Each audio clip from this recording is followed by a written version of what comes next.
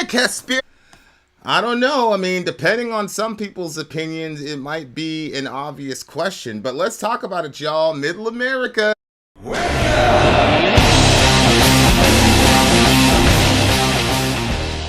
While discussing the possibility of Donald... Alrighty then. I think we're live now, and I think people can hear us, so that's good. Tasco is first. This is Middle America. My name is Vin. My partner in crime is off doing criminal activities. And this is Middle America, where we are not left wing, we are not right wing, we are just right. Shout out. Yeah, I just started because I was talking on mute the whole time apparently, so whatever. But you're welcome to join. I'll join for a little bit. I think you're a fan favorite, so you're welcome to join. Okay, so now I've got to move this guy to over here if you're going to participate. Type 22 if you want Sori to participate in this conversation. Shout out to Perkinos. If not, no worries. I have my own stuff to do. The big homie. Shout out to the big homie Perkinos. I can't comment in the Is Ana Drifting Right vid. Yeah, because I shut one down. Everybody wants you to... They don't like the music. Yeah, I know they don't like the Maybe music, it's just too loud. but I do like the music. Maybe it's just too loud. Why is everything about y'all all the time? I just turned it down. Okay. Okay, so what's up, Kamikaze? Okay. So yeah, we recently covered Anna's descent into darkness by daring to say that she, as a woman, doesn't like being reduced to her reproductive faculties. To which Sam Sater said it was a transphobic act. Sam Sater, who is very, very careful with language, said it was a transphobic act because he doesn't want to call Anna a transphobe. Oh, is that what he's doing? Yeah, it's a transphobic act to say that you do not want to be essentialized to your reproductive capabilities, apparently. Okay. Apparently, there's also been a protest or something like that in the UK, which got pretty chippy for the women there. But this is not about this. This is about a clip that Tasco sent me. He said, "Hey, you gotta look at this. It gets pretty chippy, and it's very, very fascinating. Apparently, so we're gonna watch it and we're gonna comment." A lot of people in the Twitterverse and other spaces in the left or progressive outlets have started to say that Anna is drifting right, and that people are saying, I was looking at the comment section of the Sam Sater video, people were saying this is going to set the tone for her why I left the left moment. Because there's that phenomena where people say why I left the left. You have Dave Rubin and all these other people. So it's going to be very, very fascinating to see how they didn't really address it on TYT. They never addressed the situation like full bore on TYT. I think there was like a little 2-minute clip or something like that. You think they didn't want to draw a lot of attention to it? I just think that there's no way they understand that there's a certain orthodoxy that you can't. It's just like in church. You know, if somebody puts out something and says, "I'm questioning the Trinity," you know, there's no way for you to talk about that in any rational way, because there's a certain type of orthodox. Just like I'm sorry, but what I've been seeing over the last couple days is cult-like behavior. It's cult-like behavior. If you don't go with the orthodoxy, people excommunicate you, and then they want you to apologize, and then even if you clarify, it's not good enough. Yada yada yada. So she's now experiencing, unfortunately, what she's done to people, particularly women, for years. Oh, wow. So she's, you know, it is what it is. Okay. So, let's check out, I don't think Anna is drifting right. We need to understand that there are degrees politically. While I'm largely left, I have one or two rightish beliefs. Yeah, I understand that, Rig, and most Americans are where you are. But the problem is the folks that are the gatekeepers at the social media YouTube level have determined that there are certain measures of orthodoxy that you cannot cross, and this is obviously one of them. I don't think Ana is disposed to being right, but it may be that she gets pushed out by the left. Yeah. Political ideology and religion actually are not that different. Correct. Sadaqt. I agree. I dislike a Dem like Ana, but she is not right-wing. I agree right now. But Ana is a human being, and, when people get attacked... Yeah, especially when you felt like you were trying to come out for those people and help them. Like, if she feels like, look, I've been riding and dying it with you guys, and now, I'm just saying about myself what I do and don't want to be referred to, and now she's being attacked. Like, this may push her to the right. Yeah, I mean, look, that's exactly right. So anyway, she's been watching Yellowstone, so now has more of an understanding of a right-wing mentality. I got to tell you, that Ben Shapiro interview, when I saw that Ben Shapiro interview, I was like, yo. Oh. Because it was respectful, it was decent, they were disagreeing on certain things, they were agreeing on certain things, and I said, this is a completely different side of Ana Kasparian. And I've been saying, since that Ben Shapiro interview, I've been saying, like, Cenk has a terrible influence over her. Mm-hmm. She is a different person around Ben Shapiro than she is around Cenk. And I don't mean different in the substance of what she's arguing, but different in the aesthetic, in the presentation. I agree. From where she argues, and I thought that when, like, because we saw stuff like way back from like the beginning of their of them getting together on that show, and it seemed to me like she was like a sweeter person, not so like harsh and rude, and like Cenk is like, "Ugh!" and like the way that he talks about people and he slams his fist, and I feel like that I felt like she was taking on too much of his persona in that environment. And then when I saw her talking to Ben Shapiro, it felt more confirmed to me because she presented herself differently. I liked the way she presented herself way better. In fact, she was very compelling. I was gonna say it was very compelling, and I'm not like an avid TYT person, so. Ben Shapiro seduced Ana by saying facts don't care about your feelings, but I do. That's a good one. Yeah. No, I agree. I agree. I think that was such a. And I think because this video was after the Ben Shapiro interview, I think it got her mind thinking, and she did mention in that Ben Shapiro interview that she's been watching Yellowstone. She did? Yeah, she said it was a guilty pleasure of hers watching Yellowstone because Yellowstone is obviously presented from as far right. I mean, it's Montana, for God's sake. I mean, I knew this funny story. I knew a guy. I'm not going to tell you what his occupation was, but I knew a guy, and he was marginally famous, and he's from Montana, and you know what I'm talking about. JDH. He was from Montana, and he said some of the craziest, most racist shit in the world. But I'm like, the guy's from Montana. He's been born and raised in Montana. And I told the homie, I said, listen, don't ever say that in public. I said, don't ever say that in public. Don't put it on your Twitter. Don't put it on your Facebook. Never shoot a thing about that. Never say that. Because they will ruin your life. He's like, well, how come it's not ruining me and yours? And I'm like, I'm different, man.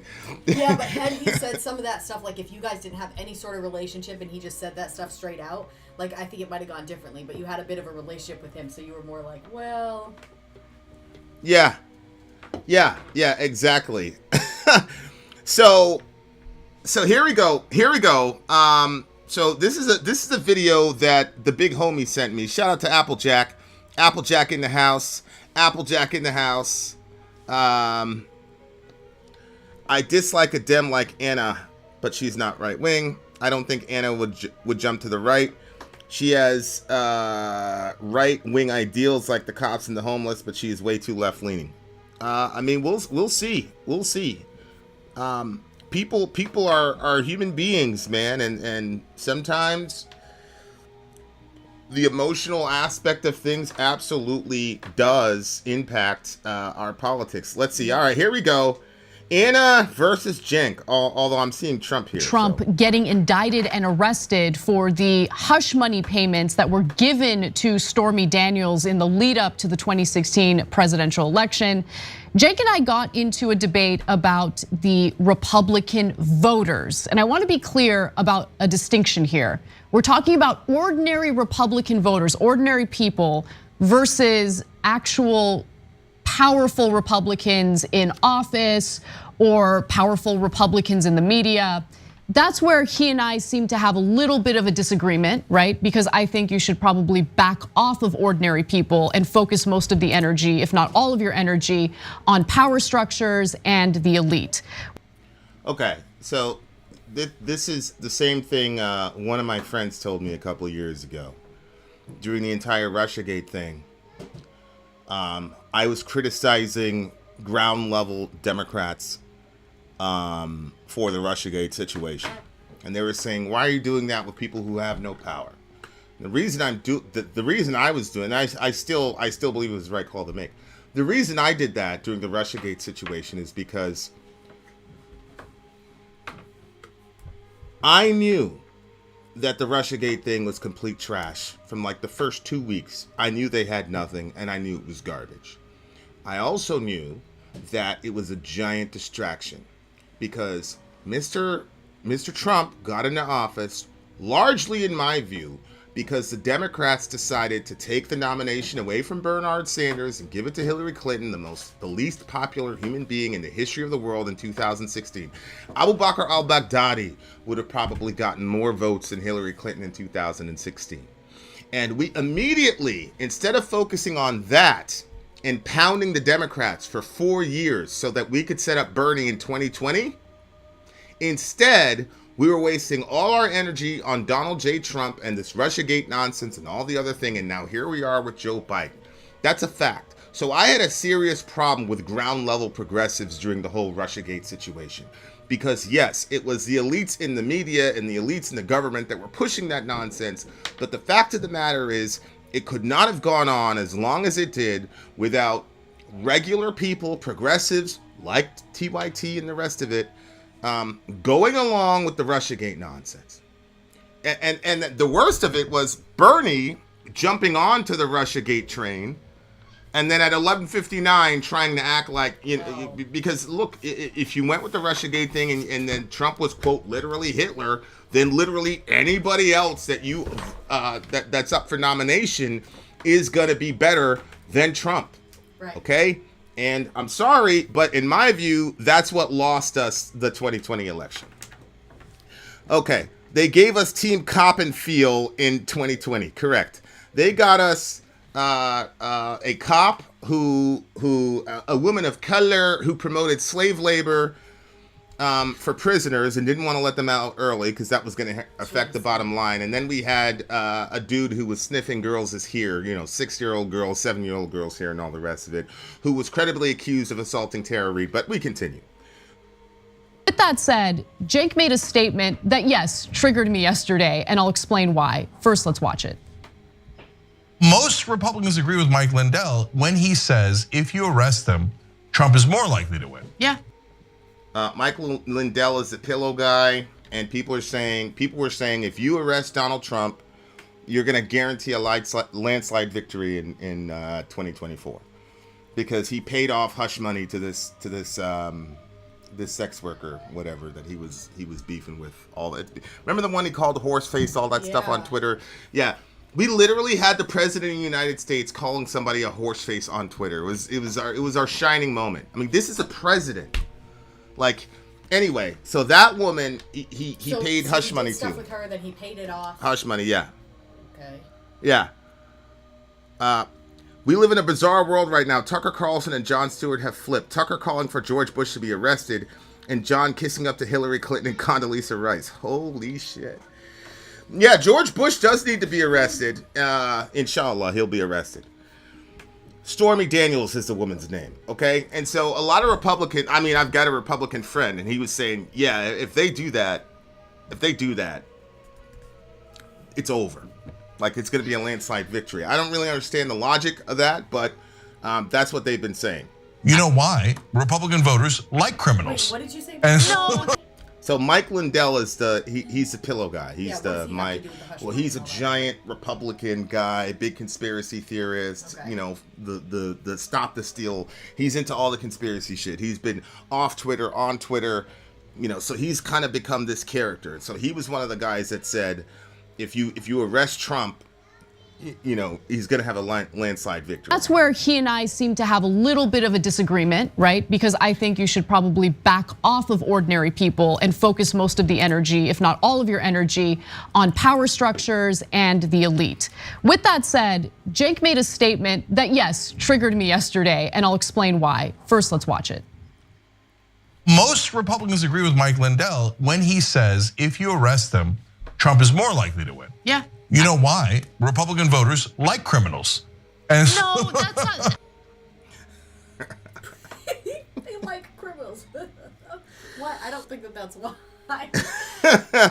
Republican voters like criminals. Because they like criminals. All right. Look, and look how he's looking at her like He's like, oh. he's like, come on. Riggs says Anna's point of view is the same as mine. We shouldn't write off Trump voters. Got to remember, some of them were disillusioned Bernie voters and Obama voters before that. Some of them were Obama voters. We continue. I don't think that's what it is. Like, come on, just be fair, Cenk. It's not because they love, because you're being ridiculous. No, you're not being fair. You're being purposely inflammatory and ridiculous. No. Whoa! Oh my gosh. Whoa! Okay, Anna. You're being purposely inflammatory and ridiculous by saying that right wingers love That's why love you're saying criminals. that. I mean, it's an ignorant It thing to is, say, but I yeah. mean that's Cenk. I mean that's been their brand. They've Yeah, always exactly. I'm wondering if she's got something up her sleeve. they've always said shit like that about people on the right. But all of a sudden she's like, no, Again, like what's happening? she's evolving. We continue. They'll see Trump as like some sort of victim, right? Yes. As someone who's being targeted politically. Poor guy, we got to stick up for him. I mean, my take on right wingers relative to Donald Trump, they don't believe he's a criminal. Oh, right, yeah, exactly. So that characterization is just wrong. Two, what they believe, which is kind of true, is that Trump, his election in 2016 was an anomaly that the system did not forecast. So like they didn't take him serious. The system, whoever runs the system or the deep state, did not take his election seriously. Mm-hmm. And then, surprise, surprise, the American people put him in office. And so everything that happened during the administration was simply a reaction from the system to correct a flaw that they didn't see. Okay, that is pretty much the right-wing understanding of what happened in the first 4 years of the Trump administration. Not that he was genuinely a criminal, but that he shouldn't have been there. He's the people's president, and as such, he's not going to go along with their agenda. And so because of that, they're pulling these political levers to get him out. Now, when you look at Russiagate, Well, that's what they think for sure, yeah. some of that shit is vindicated. I'm sorry, but some of that is vindicated. Because you had people in Russiagate saying, we're not going to let him win. Mm-hmm. You had people saying, viva la resistance, all types of shit. That's right, yeah.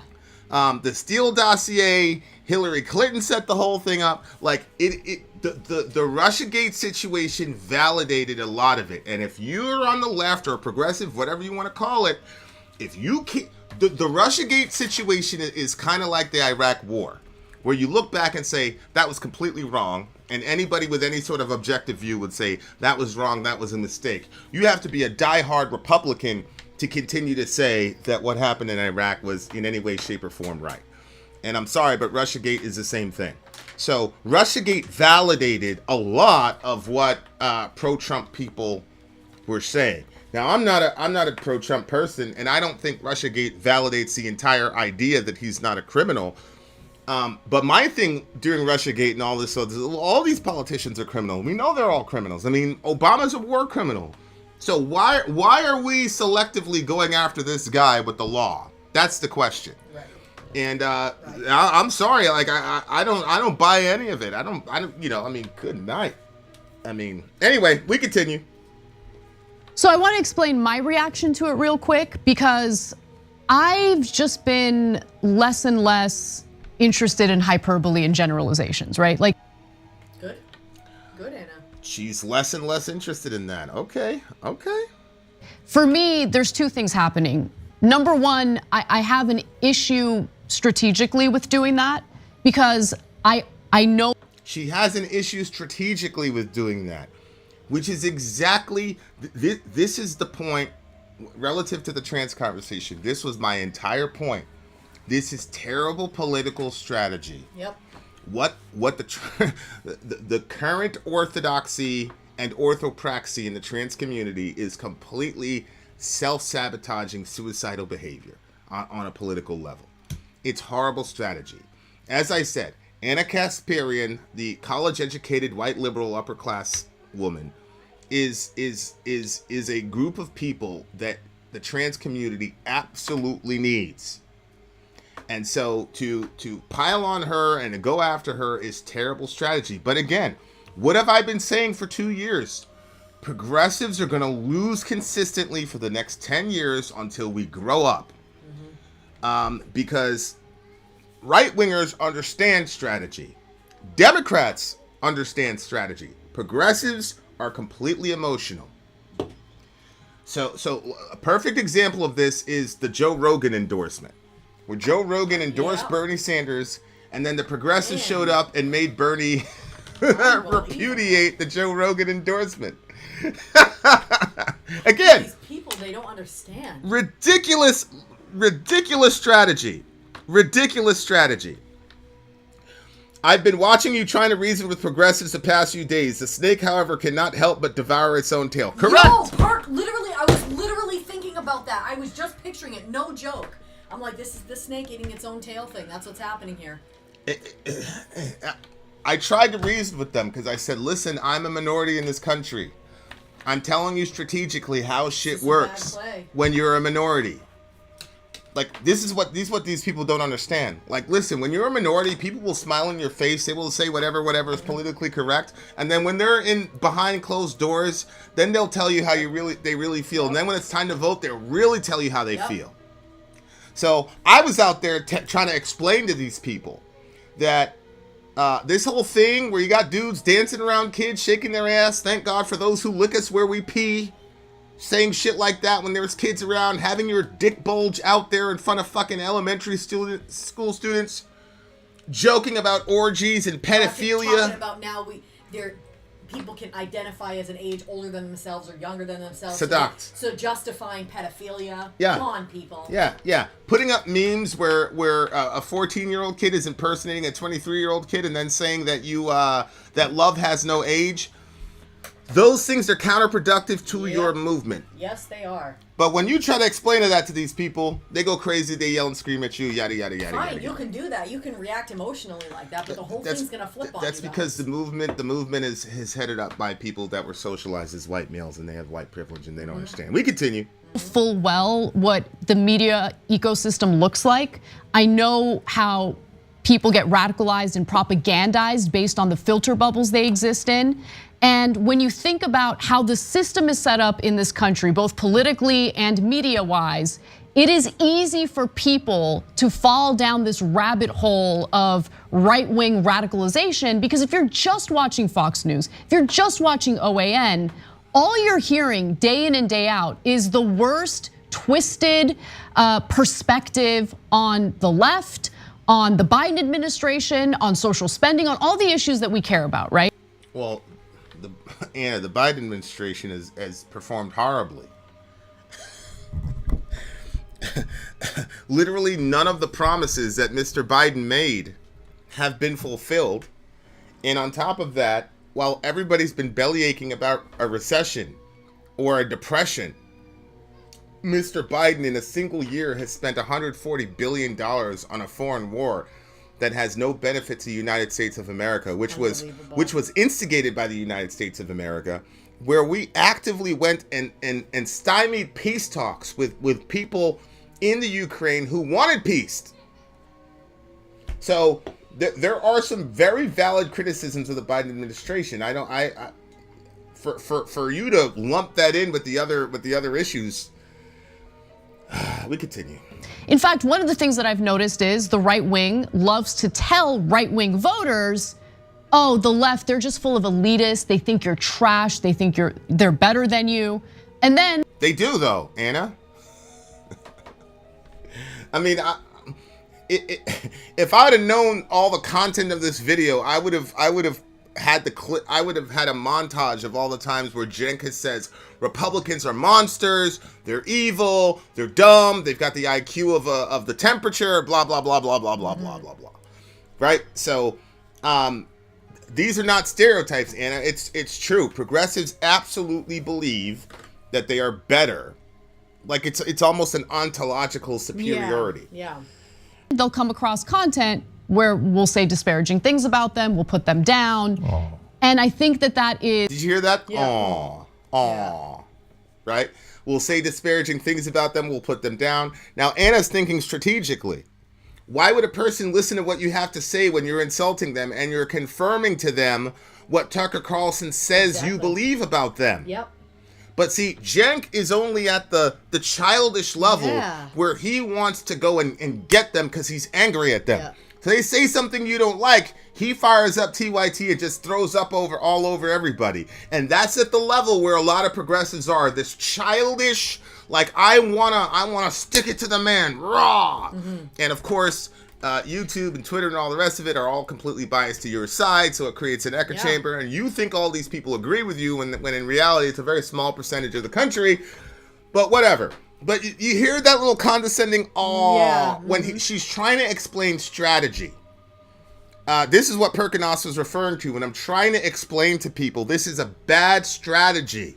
A lot of you guys don't have kids, so you don't understand how parents feel when a dude with a dick bulge who jokes about pedophilia and uses cartoons for children to talk about an orgy, a cartoon of a child bending over actually to talk about, like, that shit is not helpful for your movement because it confirms the worst tropes that the other side has.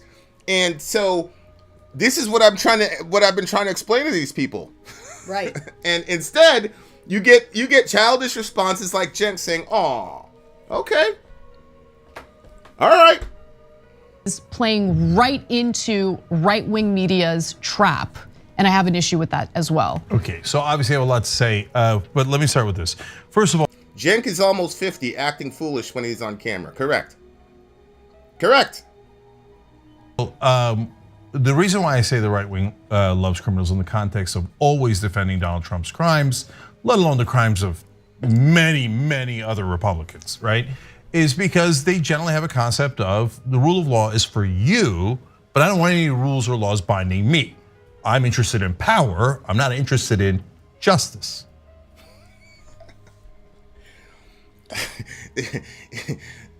Is that any?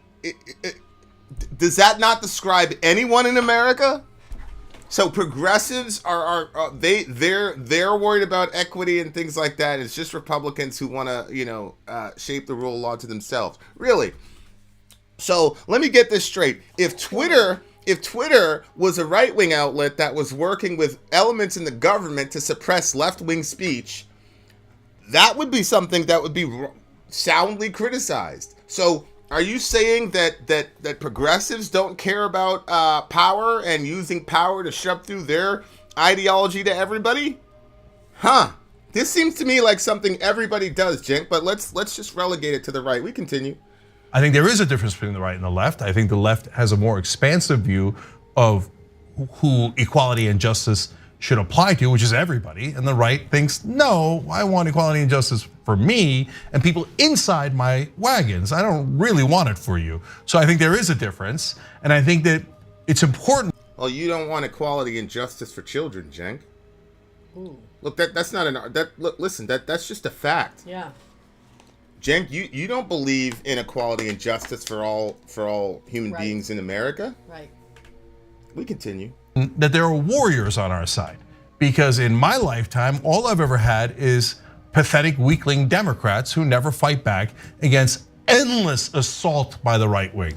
The right wing assaults. And then our guys come in and go, oh, sorry, but we love Republican voters. So I don't want that. I don't want that at all. We've got to fight for you. At the same time, of course, Anna's not wrong in saying we had to come together somehow. And the culture wars, which she talks about all the time, culture wars are a distraction. No, and it's intentionally meant to divide us, and that has happened. So how do you fix that riddle? And that's the conversation. Okay, so Cenk views himself as a warrior fighting on behalf of the leftist downtrodden. That's how he justifies all the invective and the crazy shit that he says about anybody that would disagree with him, is that he's being a warrior. And he's not going to kowtow to the Republicans, which is, of course, very interesting considering the messiah of the progressives. See, the messiah of the right wingers is Jesus. The messiah of the progressives is another Jewish figure by the name of Bernard Sanders. Bernie Sanders wasn't some jihadist. Bernie Sanders never went on TV and said all Republicans are monsters, Republicans are horrible people, yada yada yada.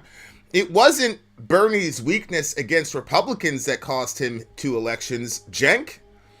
It was Bernie's weakness against Democrats, both of whom you endorsed 2 years in a row. Right. Cenk, that was Bernie's problem. So I get it. You want to be a warrior and a jihadist, but you're fighting the wrong battle. You're going after people in Montana and shit and, living check to check. When in reality, the true monsters are the people that in my view, stopped Bernie Sanders from even getting to the general election 2 times in a row. Mm-hmm.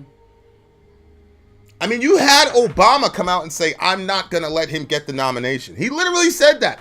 You're not? Every progressive on the planet should have lined up and went to jihad over that. So I understand, I'm the warrior for the downtrodden, but you're going after the wrong people. It's the powerful people in the Democratic establishment who are hurting progressives, not people on the right. Mm-hmm. I mean, you saw what happened when Bernie went to Fox News. When Bernie actually went to Fox News and started talking about Medicare for all, you could see it in the audience. People were like, well, wait a second, this guy's not... Hey, it was the interview with Mike, right? Sadat. The Killer Mike one was the one that got me. That's what got me. That's the one that got you too. Yeah, it was just hearing him talk, and it was like, oh, okay, well, this is totally different. I hadn't considered anything outside the right until I heard Bernie speaking. Correct. And I think that Bernie was the perfect man for the job. Correct. Because he kind of came with this grandfather side of it. And there's a lot of people on the right that, especially the old timers, that are now suffering underneath of their medical bills. Correct. So the way that he was coming in, this understanding of Medicare for all, and well, hey, and all this talk that Social Security is probably going to be lost within the next X amount of time, that the people that have been working their entire lives are not going to get it. Then you had a figure like Bernie who's older, so you're like, okay, this guy knows what it's like to be old. This guy knows what it's like to be, need something from the hospital and not be able to, so he had so much. We were listening. Yeah. We were listening. Yeah, but then you guys had and you saw the hosts, they were panicked.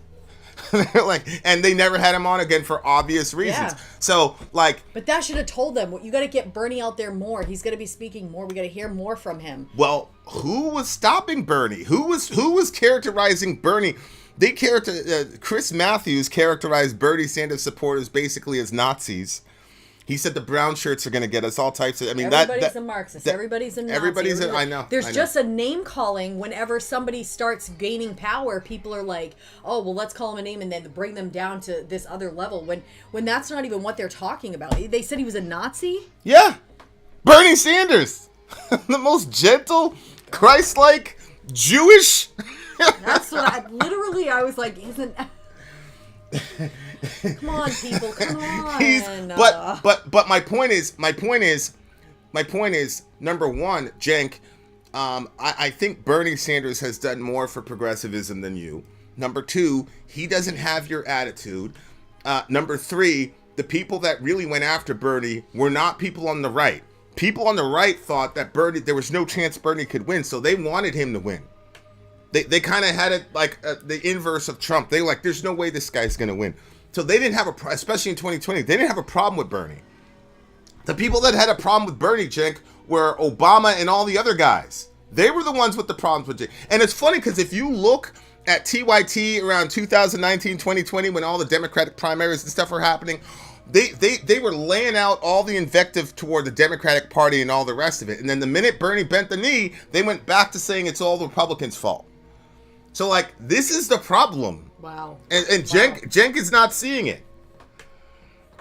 I bet Bernie did not see that coming. Oh, Tasco's Jewish himself, so he gets to do that. So don't send me any emails about Tasco, okay? It's like me making a Rodney King joke. I don't want to hear it. Plus, he's my boy. I don't care if he's wrong. If he's wrong, he's wrong. I'm still going to protect him. He's my guy. We continue. Which is that you have to fight back against the other side, but if you do it so much, well, then you're never going to get to actually fight the real bad guys, who are the guys up top who are getting us to fight while they're robbing the place blind. Okay. Yeah, that's exactly what Anna was saying, and then you said, "Aw." So where I draw a line or the distinction is the culture wars are waged by the powerful, right? It's a form of manipulation. It's a way to keep us divided, to control us, and to aid and abet, their corporate donors in essentially redistributing wealth, continuing to redistribute wealth from the bottom to the top.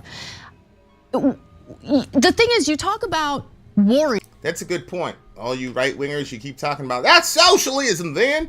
Yeah, well, how comes we keep having to bail out these banks and the auto industry and all the rest of it? Anytime there's a, quote, government bailout, it's us using my hard-earned work tax dollars to prop up all these financial institutions that are, quote, too big to fail. So that how shouldn't come happen? We should be able to vote on that. Where was the socialism cry there, right, exactly.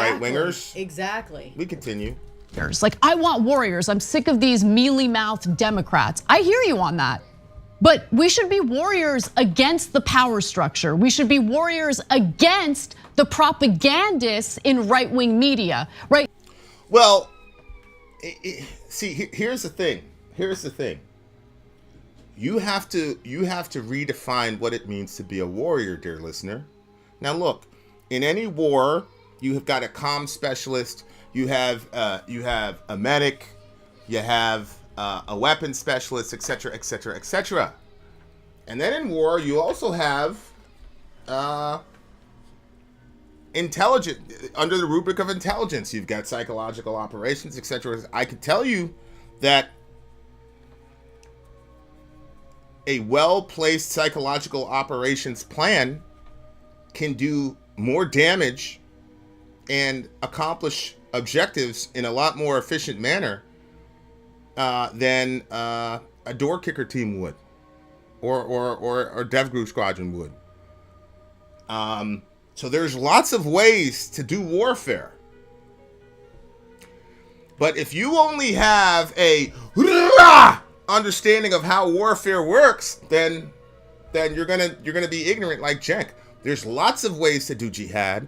There's lots of ways to go to war. And so that's kind of one of the reasons I know Cenk has never really been in any sort of situation. It's because he's got this sort of monolithic understanding of what a warrior is. We continue. Those who actually have the power.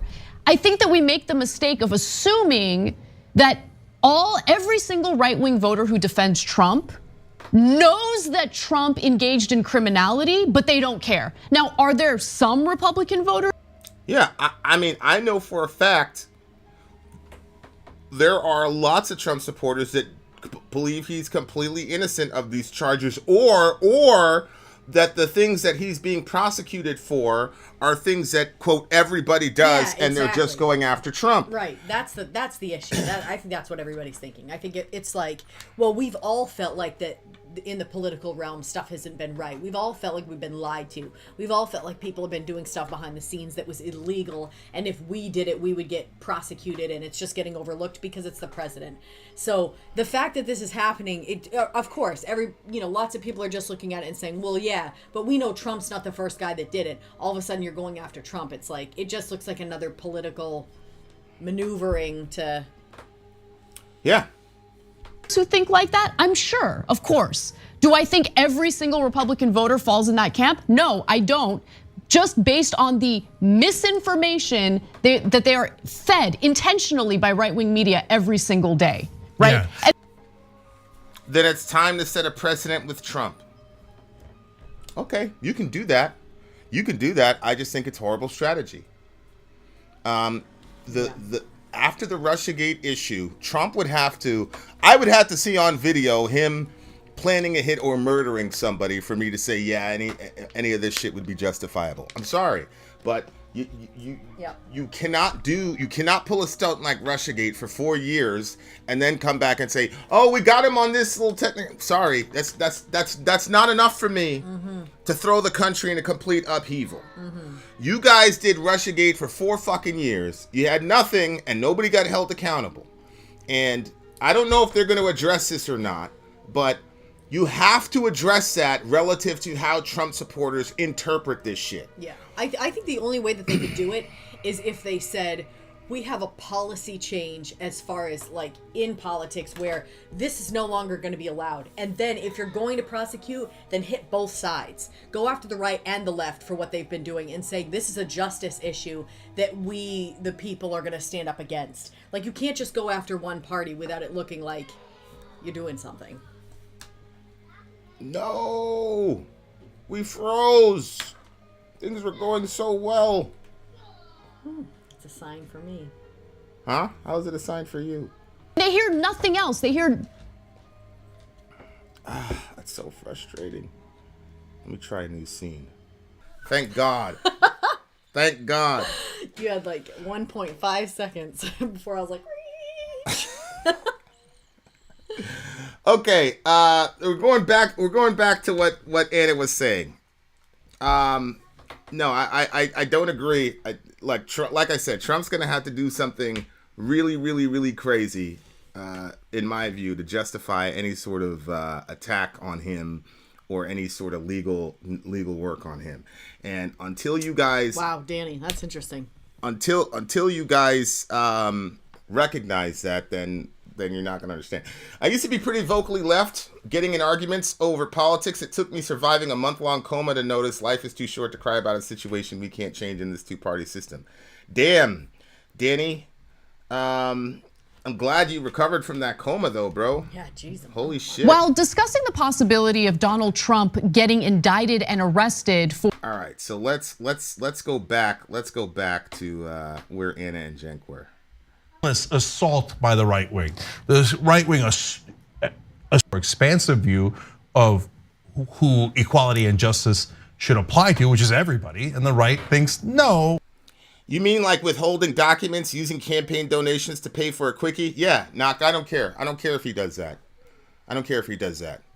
Barack Obama committed a bunch of war crimes. He bombed the shit out of innocent people until he ran out of bombs. Jeez. George Bush lied us into a fucking war. Colin Powell went to the UN and lied, knowing he was lying. There was no accountability for any of those people. And you want us to now start with Donald Trump for lying, for taking campaign donations to pay for a quickie when he's a billionaire? Come on, man. This is what I'm talking about. This is what I'm talking about. You want people who support Trump to overlook all that bullshit and say, oh yeah, this is being equitable after four years of Russiagate bullshit? Stop it. Stop it. Yes, we should let it slide. Yes, we should let it slide. Absolutely. Because the fallout for the country is going to be much worse than the emotional satisfaction you're going to get by seeing Trump in cuffs. Yes, I don't want Americans to die. My kids are homeschooled. I work from home. But the vast majority of Americans have to go outside into the fucking crazy world, and their kids have to go outside into a crazy world in a crazy school. And I don't want those people's lives in danger. Exactly. And their lives absolutely will be in danger, so that we can get the masturbatory satisfaction of seeing Trump in handcuffs. No. This is the childish, sorry, Doc, but this is a childishness of progressive thinking. Ridiculous. You wanna just like overlook, look, get all the war criminals in prison and then arrest Trump. I'll be fine. I want equality and justice for me, and people inside fight for you. Or the distinction is the culture wars are waged propagandists in right-wing media, right? Those who actually have the power. I think that we make the mistake of assuming that every single right-wing voter who defends Trump knows that Trump engaged in criminality, but they don't care. Now, are there some Republican voters who think like that? I'm sure, of course. Do I think every single Republican voter falls in that camp? No, I don't. Just based on the misinformation that they are fed intentionally by right-wing media every single day. Ooh. What do you mean? Well, I think that that's balanced of her to say that. Like she's not saying that everybody's like, yeah, it's criminal and we're good with that, blah blah blah. She's just saying, look, it is true that the different media outlets do lead their people in certain directions, and they're very selective about the information they give and the information they don't give, and they strategically lie. So, I mean, I don't watch a ton of Tucker, but I've seen enough of Tucker to know that there are certain topics where he's dishonest. And he paints certain pictures a certain way. I mean, in regards to CRT, what he did with that. So yeah, I think she's right to say. I think she's trying to be more balanced. It sounds like she's trying to say, hey, like, yeah, some people might be like, yeah, I'm great. I'm completely glad that my president's a criminal. But there are other people that are believing the propaganda and the stuff that they're being fed. Now, people have a responsibility to look into that information. I'm not saying people aren't responsible for being misinformed, but at the same time, I don't know. I feel like she's being a little bit more balanced. How do you know that Obama should be responsible for overlooking the water in Michigan, using Flint, Michigan, abandoned building to do military training next to neighborhoods? Yeah, Nat, but he's not going to be held accountable for that. And Bush and the rest of those guys are not going to be held accountable either. So why should we now start with Donald Trump? There's no logical reason for that other than people don't like Donald Trump and they've been after him and the Russiagate thing didn't stick. So now you're going to try to do something else. I'm not a Trump supporter, but even I look at it that way. We continue. Yeah. And they hear nothing else. They hear no other perspective other than whatever exists in that right-wing ecosystem. So is propaganda an enormous part of the answer? Of course, there's no question about it. Are there good guys on the Republican side who have been misled by a number of factors? One is right-wing media. Oh my God, do you know what they're doing to the M&Ms? You should be really angry. Oh, trans athletes in schools. Ian called this before Cenk said it. Mm-hmm. Tucker will have an awesome take on foreign wars and then cry about woke M&Ms. I'm telling you, this Ian kid's a star. He's very, very insightful. We continue. There's 12 of them. You should be really angry, right? So that is an enormous factor. In fact, that's the number one factor. And there are plenty of people that I know who, unfortunately, humans are super open to influence, okay? I've told you a couple of times. Unfortunately, humans are super open to influence. Cenk, how did you become a millionaire? By influencing the masses. By influencing people, you weirdo. What a weird guy. We continue. See, this thing keeps going back and forth on us. People keep getting kicked, they say. Damn it. This is such a good one, too. I'll be back. No, stay where you are. Stay where you are. Stay where you are. Stay where you are. I'm not. I'll be back. All right, then. Stay out there, then. Okay. All right. You keep getting kicked, you say, Nate. Hold on. Let's see if type 22 if we're back yet. Type 22 if we're back, guys.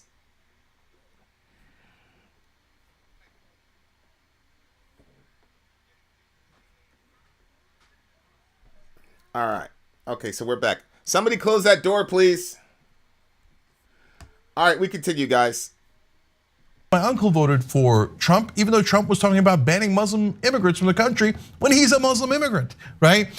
So propaganda is a hell of a drug. And my uncle's not a bad guy. Another friendly friend I have, a lovely, great guy, unbelievable guy. Does your uncle love crime? So hold on, okay? Yeah, so Cenk, you just said that Republicans, right-wingers, they love criminals. And then simultaneous to that, you're bringing up your uncle, who's a great guy. So Anna says, okay, so does he love crime? Is he a criminal lover too? Because you just broad brushed all the Republicans. We continue. No, but now Fox News has convinced them that it's okay if Donald Trump commits crimes. But it's no, okay if Republican leaders commit crimes. Hold on 1 second, Cenk. Fox News. I don't think it's okay that they commit crimes. I just don't care. Because all of them are criminals and all of them lie to us, Cenk. See, the difference is, Cenk, you're a millionaire, so you get to worry about selectively being a moral person relative to politicians. You get to do that. Now, you, Cenk, have supported Joe Biden, who was credibly accused, because prior to the Tara Reade accusation, Cenk, you guys were saying that if a person is credibly accused, Kavanaugh, Trump, that they no longer should be able to occupy that position. Now, we've all seen, none of us believes. I've never heard anybody say that Tara Reade accusation was crazy. I've never heard anybody say that. It seemed to me that was a credible accusation. And the same thing the right-wingers were saying about left-wing accusers, which is, why are they coming out now, is literally the same thing you guys did when Tara Reade came out and made a credible accusation against Joe Biden. The difference is, Tara Reade at least had some evidence where she told people, where her mom called into Larry King, all types of shit. And you guys completely forgot about the whole Me Too movement, all the rest of it. The irony is, it was the progressives that started the Me Too movement, and they're also the progressives that killed the Me Too movement, based on political expediency. And Cenk, if you don't think that people see that and react to that, then I don't know what to tell you. We continue. Never acknowledges that Trump has committed crimes. In fact, Fox News is now dealing with a $1.6 billion defamation lawsuit. They know. So there's a poll out today. 65% of Americans say Donald Trump definitely committed a crime. 41% of Republicans say Donald Trump definitely committed a crime. Okay. They just go, I don't care. I don't care that he committed a crime. So look, I don't care, because the kind of crime that Obama committed and that Bush committed are orders of magnitude worse. And on top of that, Cenk, you guys took us through a 4-year charade called Russiagate that proved to be completely wrong, and actually proved that it was Hillary that was doing all the shit that they were accusing Trump of, but there was no follow-up about it, Cenk. So now when you come for this petty idea, no, I don't care. Nobody else with a brain cares, because people are under extreme economic duress, Cenk. that 41%, wrong. But you gotta be specific and say 41% of Republican voters, according to this poll, acknowledge Trump's criminality and they don't care. And get real, another 40%, no he didn't, but they won't acknowledge it, okay? Okay, but you're just stating. Why do they need to acknowledge it? Cenk, why do they need to acknowledge it when they're in the situation that they're in? So that you can feel better? They view Trump as one of them. And they don't trust you guys. And none of you have acknowledged. See, I remember when the Russiagate thing finally died after the Mueller report, and Anna came and said, okay, I was wrong. And Cenk did this entire segment of how he was not wrong about Russiagate. And Anna was saying, well, we miscalculated here. I mean, there was nothing. And she's like, I don't know about you. I'm just saying me. And then Cenk did this whole thing where, no, because he's got to protect his ego. He can't admit when he's wrong. Unbelievable. We continue. That is fact. Okay, so let me do exactly what you're doing, but to the left, okay? And tell me whether or not you guys would take well to this argument. I personally would not take well, because I identify as someone who's on the left and I don't agree with this, right? Okay. Okay, so let's go to San Francisco. That's in the headlines quite a bit these days. I got to give you the context of the story. I bet it's going to be something on crime. I guarantee it's going to be something on crime, inshallah. So you understand where I'm coming from. So over the weekend, there was this big story about a CNN reporter who got robbed twice. Okay, so the 2 CNN employees went to San Francisco specifically to report on property crimes and an uptick in crime in San Francisco overall. So Kyung La tweeted that she and the senior producer for CNN's Los Angeles bureau were inside City Hall for an interview, okay, when thieves allegedly broke into their car, breaking the window, and then they removed items within seconds. So she writes, got robbed again.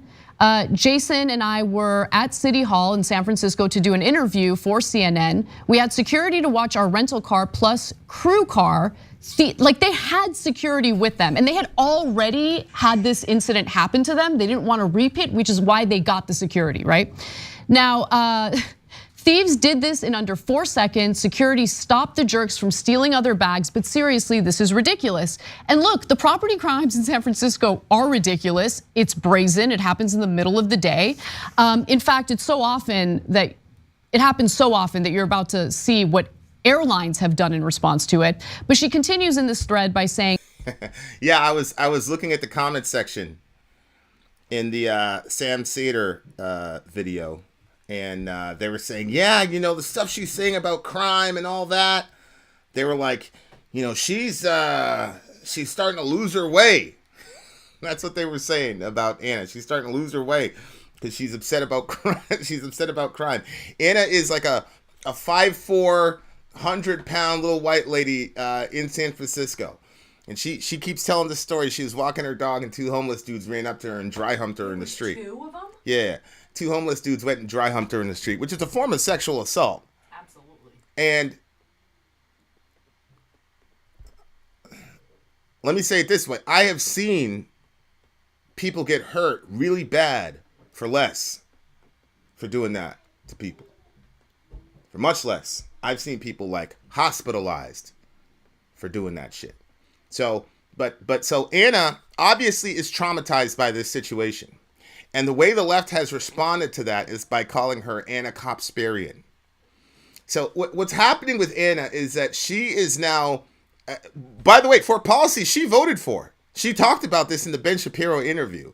She talked about how she voted for all the bail reform stuff and and all that. And then the place got flooded with criminals. She ended up getting dry humped. And she was like, yeah, I was wrong about it. I didn't think that one through. And this is what happens when you're an idealist. When you're a millionaire, you can come up with all these like nice little idealistic ideas. But then when you go out in the street with the normal people, with the regular people, and then you have to experience what they experience, then it's a little bit different. And Ana is now figuring that out, which happens to a lot of folks of her persuasion in the real world. We continue. San Francisco is a beautiful city. This is our 3rd day here and I've loved my time here. But if you do visit the city, know that even with hired security watching your car, it is not enough. Now, they stole her bags, which included her passport and identification. So she was worried about being able to fly back home. But get a load of this. Because so many people get their cars broken into and their bags stolen, she wrote. Southwest Air was very used to my lack of ID problem and smoothly gave me my ticket after a brief security check off to TSA now. Now you might say, all right, Ana, like what does this have to do? You know, it's so common for dudes to get robbed of their wallets and phones and shit that they've already come up with a contingency plan to get people on the plane. Now, on top of that, that's also a security risk for the people on the plane. I mean, you can put 2 and 2 together. If you were an intrepid little terrorist person, you could do a lot of damage with that policy.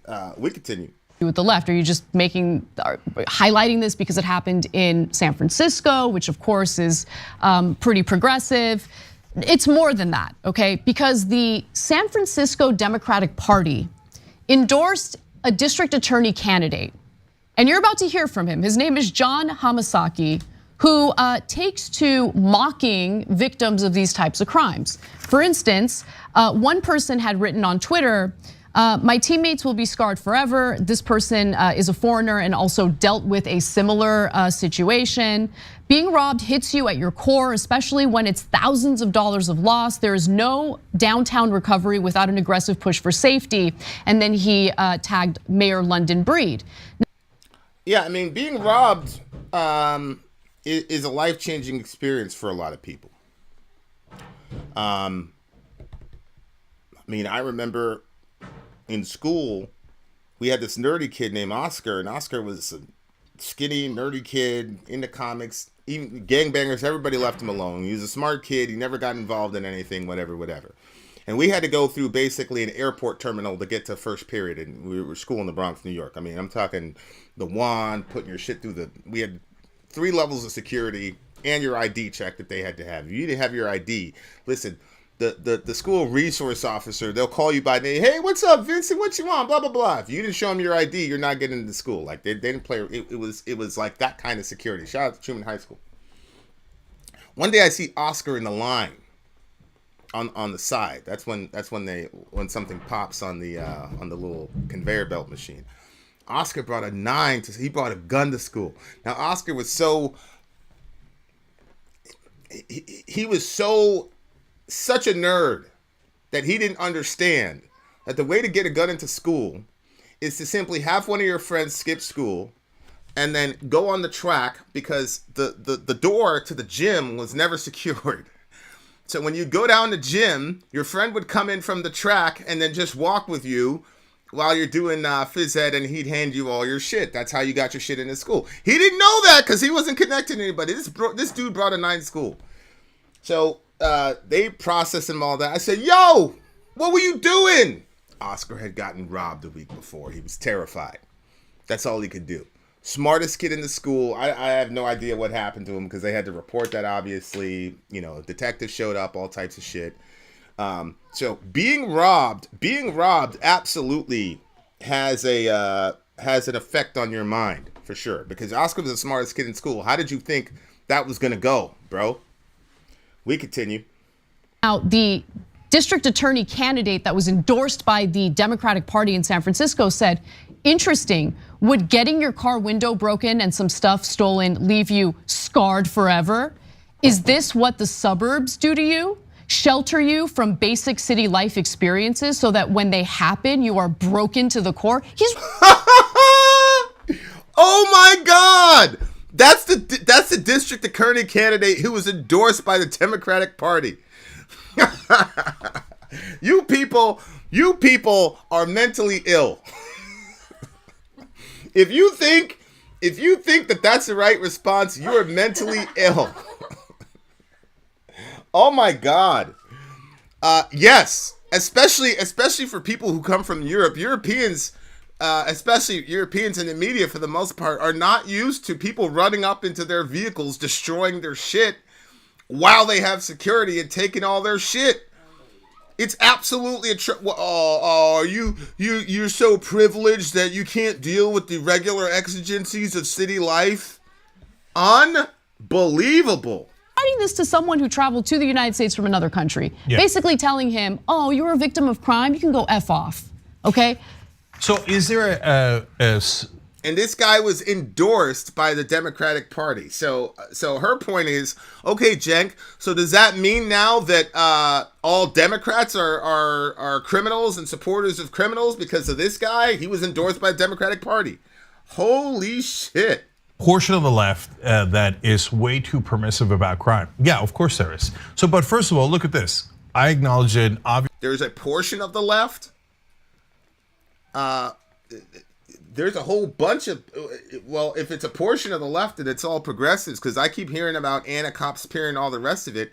Again, if Ana would have said she got dry humped at a Trump rally, every single leftist outlet would be covering it. Yep.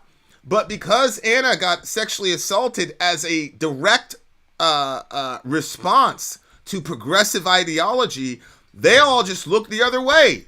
And they were actually mad at her for talking about her trauma. See, this is a thing that's happening. If you are a woman on the left now, there's a whole bunch of shit that you now need to just shut the fuck up about. Oh, you're getting assaulted? Shut the fuck up. Oh, you lost your scholarship because of biology. Shut the fuck up. Oh, you don't want to be called a menstruating person, but shut the fuck up. And a lot of these leftist women are complying. Huh? Yeah, you want your own space in the bathroom? Dude's got a 5 o'clock shadow and you're about shut the fuck up. So that all these situations now where women are being told to be quiet and play your position. That's what's happening. That's what's happening. This can't go bad at all. This can't go bad at all. This reality, already in right-wing media, that would be impossible, right? They would never acknowledge that they have radical right, etc. So, but okay, now let's look at how left-wing voters. Yeah, but that's not a fringe group of progressives, Cenk. That is the progressive position. It's not a fringe group of progressives. AOC is not saying anything about the crime problem over there in California or New York. AOC and the rest of them fools aren't talking about that shit. They're not doing anything to help. So stop saying that this is an extreme fringe on progressives. No. This is where the progressive movement is right now. It's overcorrection, it's lack of nuance, because people don't understand that in the real world, you have the way things should be and the way things are, and the people that succeed in this world are people that can thrive in the middle between the way things are and the way that things should be. That's a fact. The problem is when you get insanely rich and you get to live among the other Plutarchs, you get to then idealize downward as to how people beneath you should operate.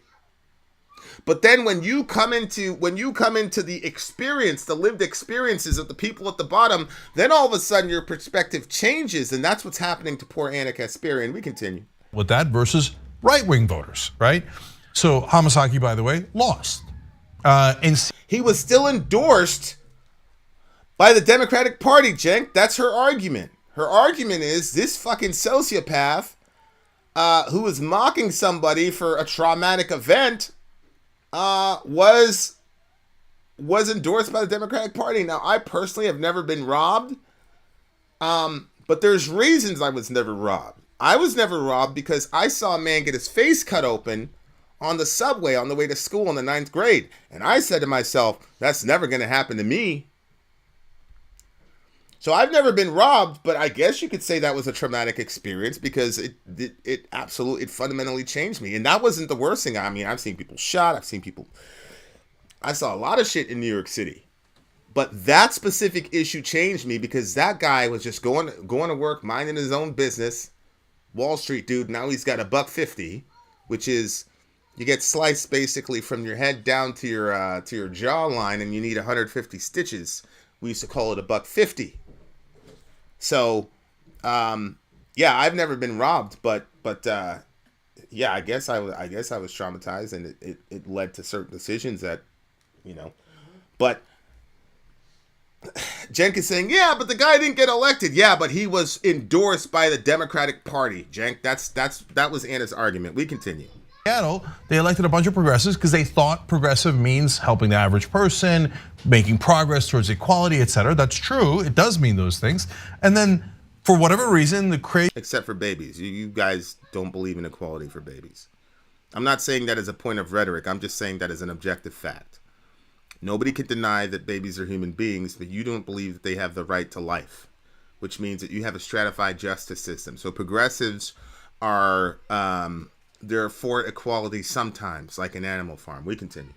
Left-wing activists in Seattle said, no, that means we just set up a nonstop crime central in the middle of Seattle and destroy everything in our path and believe in anarchy. And then the left-wing voters of Seattle were like, no, that's not what we meant.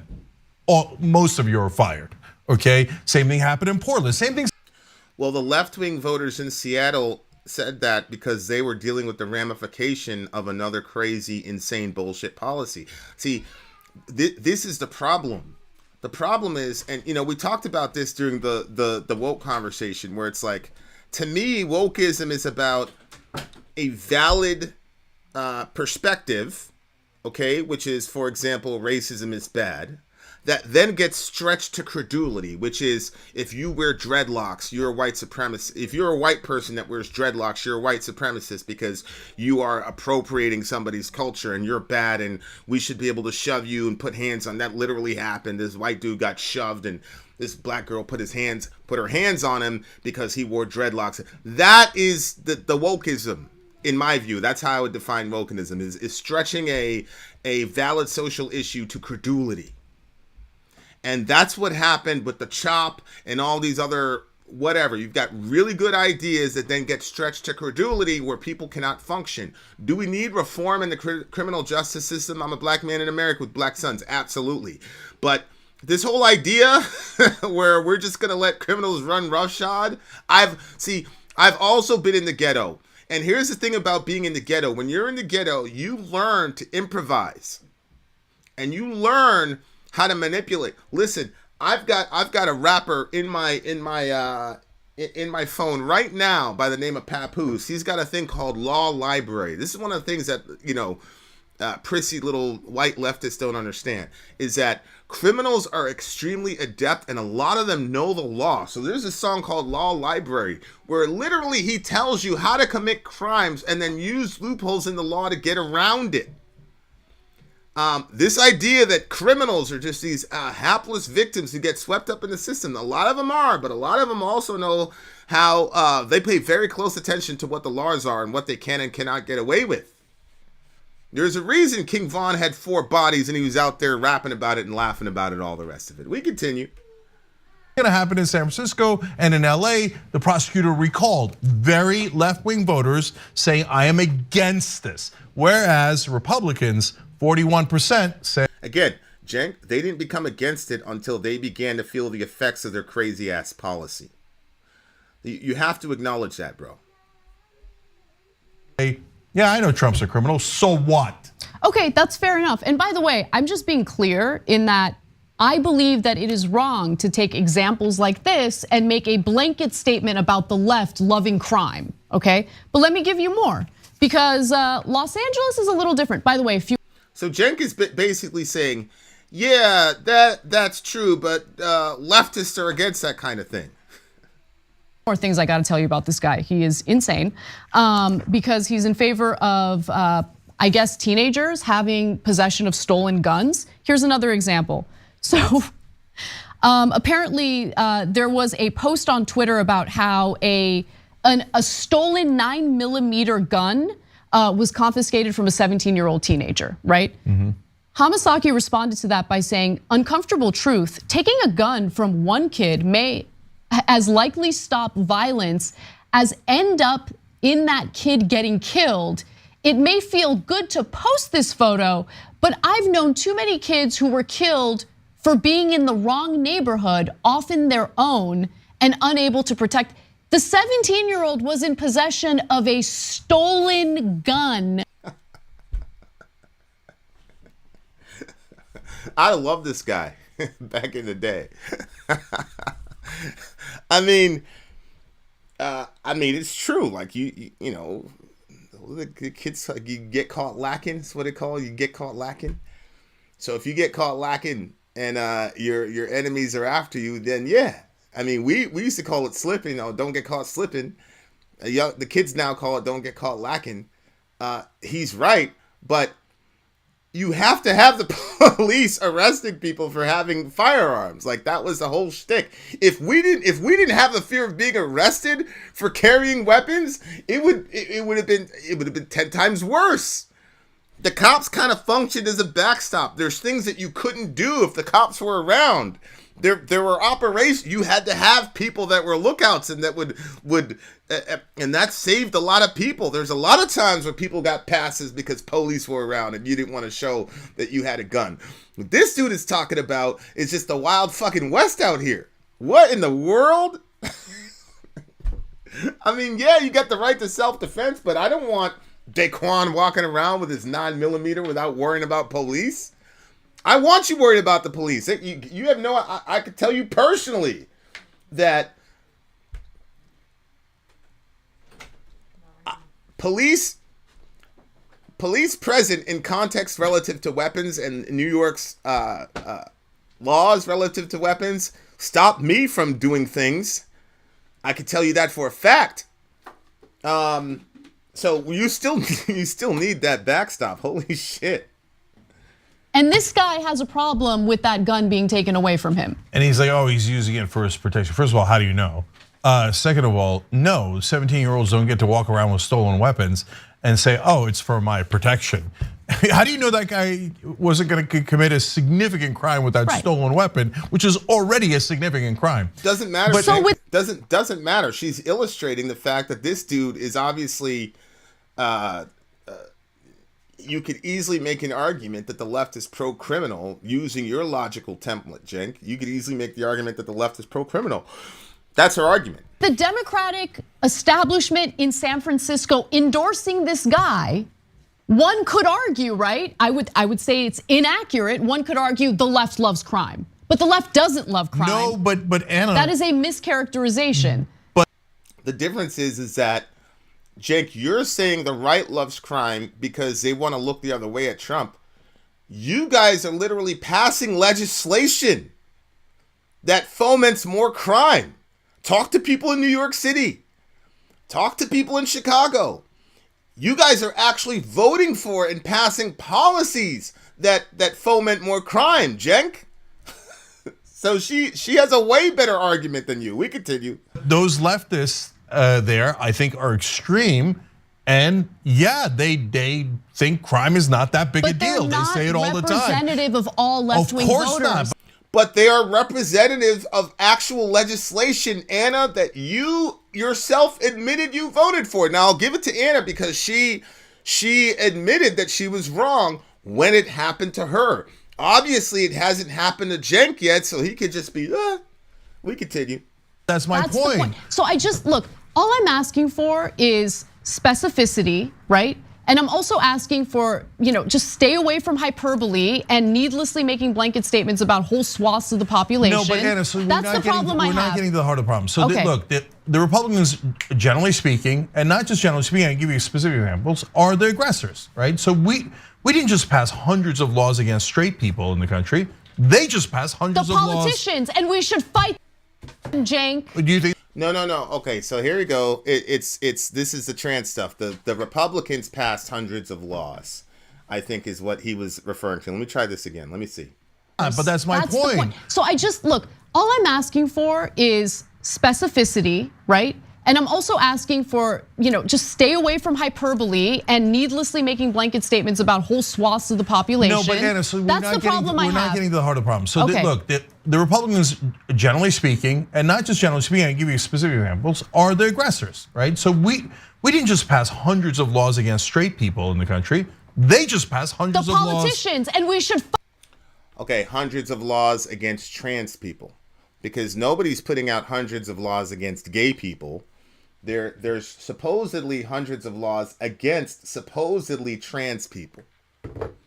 But again, there is no self-awareness whatsoever among the community on that side about the self-inflicted nature of said laws. Dear listener, I'm in a conversation right now with one of these folks on Twitter. I said, how come? 10 years ago, trans people were existing 10 years ago. There were no laws. There was no jihad against trans people 10 years ago. There were no laws against drag queens 10 years ago. What happened? The person said to me, well, there were a whole bunch of anti-trans laws prior to Stonewall, and I know you don't know anything about that, blah, blah, blah. I said, I laughed at this person because as I've explained to you guys a million times, I came of age in Greenwich Village. Most of you have never even been there. Most of you have seen Stonewall in pictures and in videos. I was there 10, 15 years, 15, 20 years ago. I was there because those are the only people that would accept us. We were black kids with nail polished trench coats and corn shirts. And obviously that didn't fly well in the Bronx. And you know how I am. If I believe in something, I'm going to go represent it full bore. So we were refugees and that community took us in. So we went clubbing, all the rest of it, and saw all the shit that happened with that community. And I got to tell you, that community wanted nothing to do with children. They didn't want to be around children because, as I said, anytime there were kids around, they would edit themselves for obvious reasons. You don't do shit around kids. Those are the trans and non-binary and every other letter you want. Those are the people I hung around with. I knew those people deeply. I went back to check on them. A couple of them have committed suicide, RIP. But the complete lack of self-awareness. So I asked this. So I said, okay, now that we've got that covered, explain to me why 10 years ago we didn't have a deluge of these laws. Maybe something is happening strategically that should be corrected. Maybe that's what's going on. No? Oh, it's just Republicans. And here's the other mistake that these people make. It's just Republicans. Wrong. It is not just Republicans who are voting for these laws, dear listener. You're not going to get 400 plus laws or bills on the docket since January. We're now going into April. You don't get all those laws if it's just Republicans. Sorry, that's not how it works. But these people refuse to self-critique. And anybody that tries to help you, you label a transphobe. That's what's happening. We continue. Fight them, Cenk. Do you think the Republican voters are against those laws? Be honest. Cenk, I mean, what do they hear? Constant libs of TikTok, constant propaganda that's meant to scare them about the others. You know this. I know, but... And you guys are not doing anything to quell those fears, because instead of saying libs of TikTok are nasty homophobes, simultaneously in saying, and also any dude that wants to shake his ass in front of kids is also a fucking sick person that doesn't represent our community. So you guys can walk and chew gum at the same time. Instead, what they see is libs of TikTok. They go crazy, and then all in the comment section or all in TYT, they see you guys saying that libs of TikTok are horrible, they're terrible, and not addressing the 5 million pound pink elephant in the room, which is, why do these people have so much draw towards being around children? That's not the LGBT community I came up in Greenwich Village. That's the diametric opposite of the LGBT people I knew. There weren't a bunch of kids everywhere. So Ana and Cenk, again, why? None of them will answer that question. I said, why was everybody leaving y'all alone 10 years ago? Why now? Yep. They refused to answer it because they refused to self-critique. Because as I said, you're a bunch of privileged individuals who never feel you have to explain yourself. See, actual persecuted minorities, this is just a fact of life. You have to explain yourself at the national stage all the time, whether you like it or not. Black people have had to do it. Women have had to do it. Gay people have had to do it. This is the only group of people that are calling themselves a minority in danger of genocide who feel they don't have to explain themselves. Okay, you don't have to explain or justify yourself. You can just let us all see a bunch of libs of TikTok videos, and then we can then they can look at the comment section and see you silly people justifying that shit instead of marginalizing those people. And you make it impossible to advocate for you, because I'm a guy who has a lot of sympathy for folks because I myself am a minority. I know how that feels. But at the same time, I'm also a father. And I know what would happen if somebody shook their junk in front of my children. So you can blame Republicans for that all you want. The only thing is, Republicans are going to come out and tell you, yo, that shit is crazy. Your left-wing friends, knowing what will happen to them and see what happened to Ana, they're not going to say shit. They're just going to quietly cheer for these 400 plus anti-trans laws.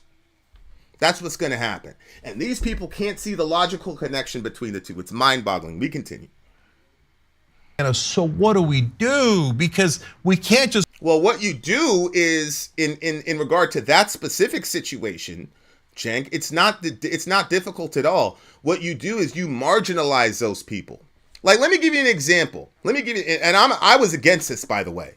I'm against this kind of operation in the black community. When Kyrie and Kanye went out and said that, every major black political talking head and sports talking head came out against both of them. Shannon Sharp all these guys, they went out there and cooned out for all them white folks and said, oh yeah, we repudiate that, blah, blah, blah. They marginalized Kanye and Kyrie. See, this is what black people, we know. They made a collective decision. We don't want to fight that war. We don't want to fight those people. Okay? But they got marginalized more from the black community than the white community, because that's how you function when you're a minority. The fact that people will not marginalize these sick motherfuckers who are obsessed with being around children indicates not that the vast majority of you are interested in children. It indicates that you don't feel you need to justify yourself and you're not operating as a minority, which means you don't really believe you're in danger of genocide.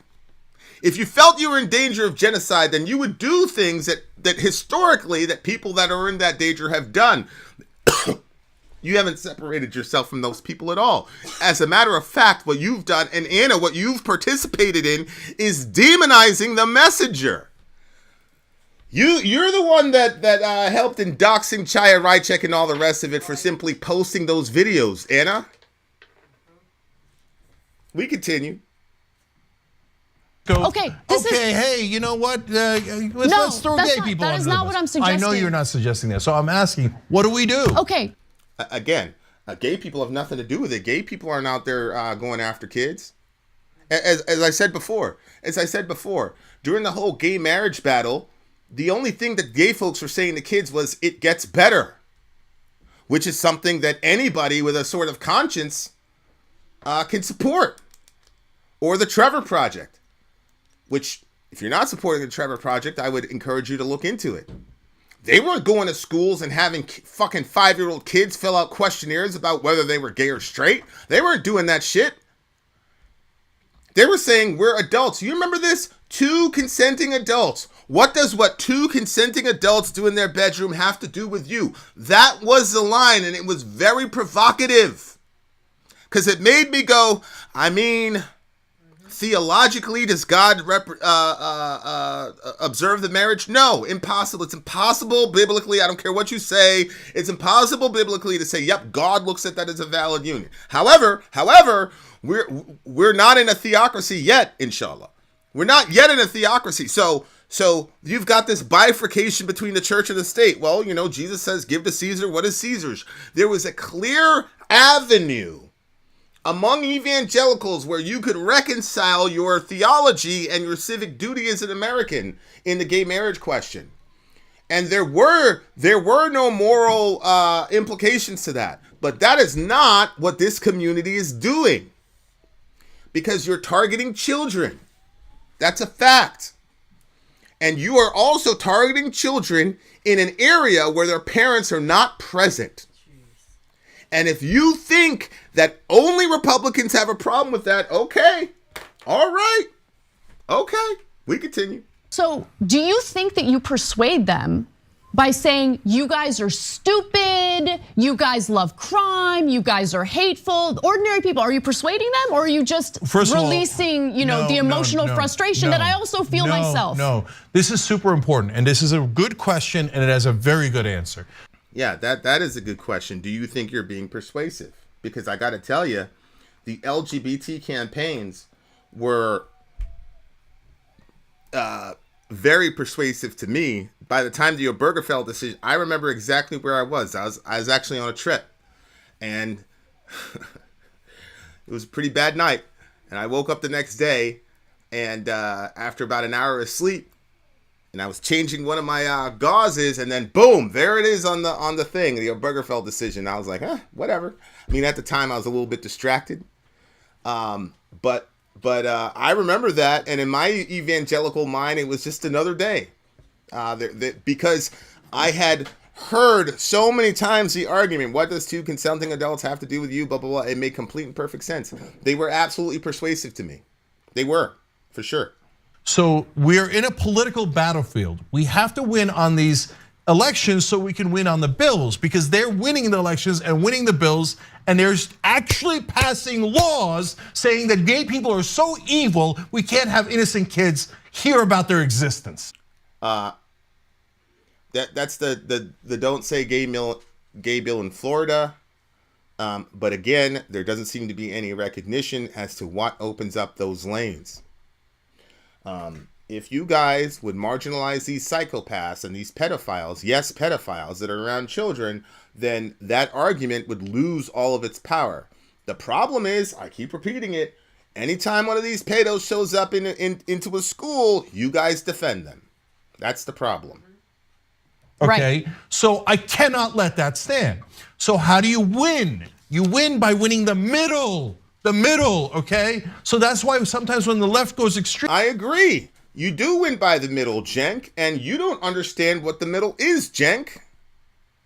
Most people are uncomfortable with grown men with dick prints and skin tight, colorful little pants. Most parents, most people in the middle are uncomfortable with Mr. Dick Print presenting in front of elementary school children. Most people are uncomfortable with a fucking 12-year-old shaking his ass in front of a bunch of men. There was another one that just got posted. This fucking 12-year-old drag child person, whatever, shaking his ass in front, and grown men celebrating that and cheering and whooping while he's there, like bending over and twerking and shit. Most people in the middle don't think that's good, Cenk. Most people in the middle are disgusted by that, Cenk. That's what you don't understand. Holy shit. And you know what? This is why I said 10 years ago, all of us were calibrated on this shit. Gay, straight, whatever. All of us were calibrated on this shit. That doesn't help winning the middle, okay? And it's, you have to look at the polling to see what people actually want. They defunded the police. You poll it in African American neighborhoods, and it polls terribly. Don't tell me that they want it when they don't want it. That's what you're talking about, and that's the elite saying, "Oh, this is what the people want." It's Right. not. And Cenk is not considering that the people don't want these motherfuckers around children. He's not considering that. We had RuPaul, one of the most, is an American icon, completely celebrated. Nobody was going after RuPaul. You know why? Because RuPaul kept his shit around adults. That's why. There's no drag queen phobia. I mean, listen, man. The hood is the most anti-LGBT whatever. And even RuPaul was a staple in the hood. Everybody knew RuPaul was in the hood. Nobody was passing legislation against transvestites or drag queens or whatever in the fucking 90s. We were cool. So there's no self-reflection. Like, what happened? What's going on? You just want to blame Republicans? Go ahead. You're not going to get all of these, quote, 400 plus anti-trans legislations because it's only Republican. Ridiculous. True. But when you're talking about winning the middle, you have to say, yeah, if you're on that side, it's not okay. It's not normal. It's not, hey, 50-50. Should we hate the gays or should we not hate the gays? No, it's not hateful to not want sick people around your children. That's not hateful. A person could argue that you guys hate children because you'll chop them up in the womb, and then when they get out of the womb, you want them exposed to people who are obviously sick in the head without their parents. So a person could argue pretty successfully that you guys resent and hate children. Like actual hate. Like things, not that you disagree with children. Because this is what you guys do. Anybody that disagrees with you hates you. And this is, unfortunately, Anna is now dealing with the brunt of that. Because she's saying she just wants to hold on to her own identity. She's got the self-determination to say, this is how I want to be addressed. Nope, you can't do that. That's hateful. So your guys' redefinition of hate, again, is just another reflection of your privilege. You guys are using terms like genocide is what happened to black people in the Middle Passage, where 1 million of us died on the fucking trip here. Genocide would be, let's experiment on these people. Like what happened during the whole scientific racism thing. That's how genocide operates. People saying, no, I don't want you around children is not genocide, I'm sorry. People saying, we do not want biological men in a space that was only created for biological women. Sorry, that's not genocide. That's not how it works. It's not hate to disagree with you, and it's not genocide to say that we want to keep the keep the biological sexes separate, because biological men sexually assault. All the sexual assaults in America are committed 99% of the time by biological men against biological women. That's not hate. We continue. You hate people for who they are. You're a bit of a monster. I know you got turned into a monster by right-wing media and propaganda and let's be honest, religion, etc. Okay, but people don't like honesty, so we're stuck. We're stuck. I don't think. But in terms of the middle, no, I don't want you to think, as every stupid Democrat has done my entire life. Could be. Maybe you should hate black people and Latinos and immigrants and gays and all these people. I don't want to offend Republican voters. I don't want to offend them. It's not about offending people. It's about recognizing where you have leverage and where you don't, and it's about creating coalitions, and it's about recognizing which coalitions are more important than others. Cenk. But what you guys have done is you guys have created a sort of social religion where there are all or nothing shibboleths that people have to pronounce exactly perfectly, otherwise you're a hateful person. So now I'm seeing, now the show is being called the Young TERFs, TERFs, because now Anna is a trans exclusionary radical feminist all of a sudden, because she is saying this is how I want to be addressed. See, I really believe that Cenk really is confused about what to do, because he's so caught up in his little ecosystem of rich progressives that he doesn't understand. He truly doesn't get it. I understand. Okay, so I gotta be a warrior for that. And Anna, you're a warrior for that. And you're an awesome warrior for that. I know, I But at direct the my same time- ire toward those in power, Cenk. Whoa. Because I She's believe, annoyed. look at Florida as a perfect example. They elected Obama twice. Right, Florida, the bastion of racism and homophobia, elected Obama twice. Florida, they had the war criminal. They had John McCain. It was John McCain versus Obama. They gave it to Obama. Them racist rednecks over there in Florida. Then they had Mitt Romney, who's like the ultimate white guy, like the jawline, everything. Mitt Romney. They also voted for Obama. And then 4 years later, all those people who've twice voted for the most leftist candidate in the show, in 4 years, they all radically turned into these horrible, ignorant, racist, sexist, whateverist, LGBTQ hating, blah, blah, blah, blah, blah. Obama made the LGBT community more center stage than he did black people. That's a fact. Talk to any black person, they'll tell you. Talk to any black person, they'll tell you. And Florida knew this about Obama, voted for him twice, but then in 4 years, they all metamorphosized into racist, horrible, ignorant hicks. Okay, all right, we continue. Look at Florida now, right? Obviously, people can be persuaded, and you give up too easily. Like you just do. We have policy ideas that are appealing across the aisle, period. But all of the focus by the mainstream Democratic Party is because they're paid by their donors and they don't actually want to push for the economic policies that would be popular. They dive into the culture wars too, right? Yeah. So it's like this endless, like you're bad, no, you're bad, you're a terrible person, you're a terrible person. I'm not saying you don't fight the right wing power players, you absolutely do. But if we're to have anyone outside of our political group be receptive to the popular policy ideas that we have, we can't persuade them by immediately attacking them and writing them off as all bad people. You guys. I mean, she's right. And as Bernie demonstrated when he was on Fox News, Republicans absolutely can be persuaded. The problem is, you guys, for the last, ever since the Trump administration, you guys have demonized these people. And what's happened is, your demonization of those people is manufactured. They're not as horrible as you think they are. They're not as horrible as you think they are. And so, but you have fallen into your own hype, and since you start to believe the hype that you've made about these people, then you create somebody like a Cenk Ana who can do all this shit. Now, Ana is starting to realize this is not the way we're going to win.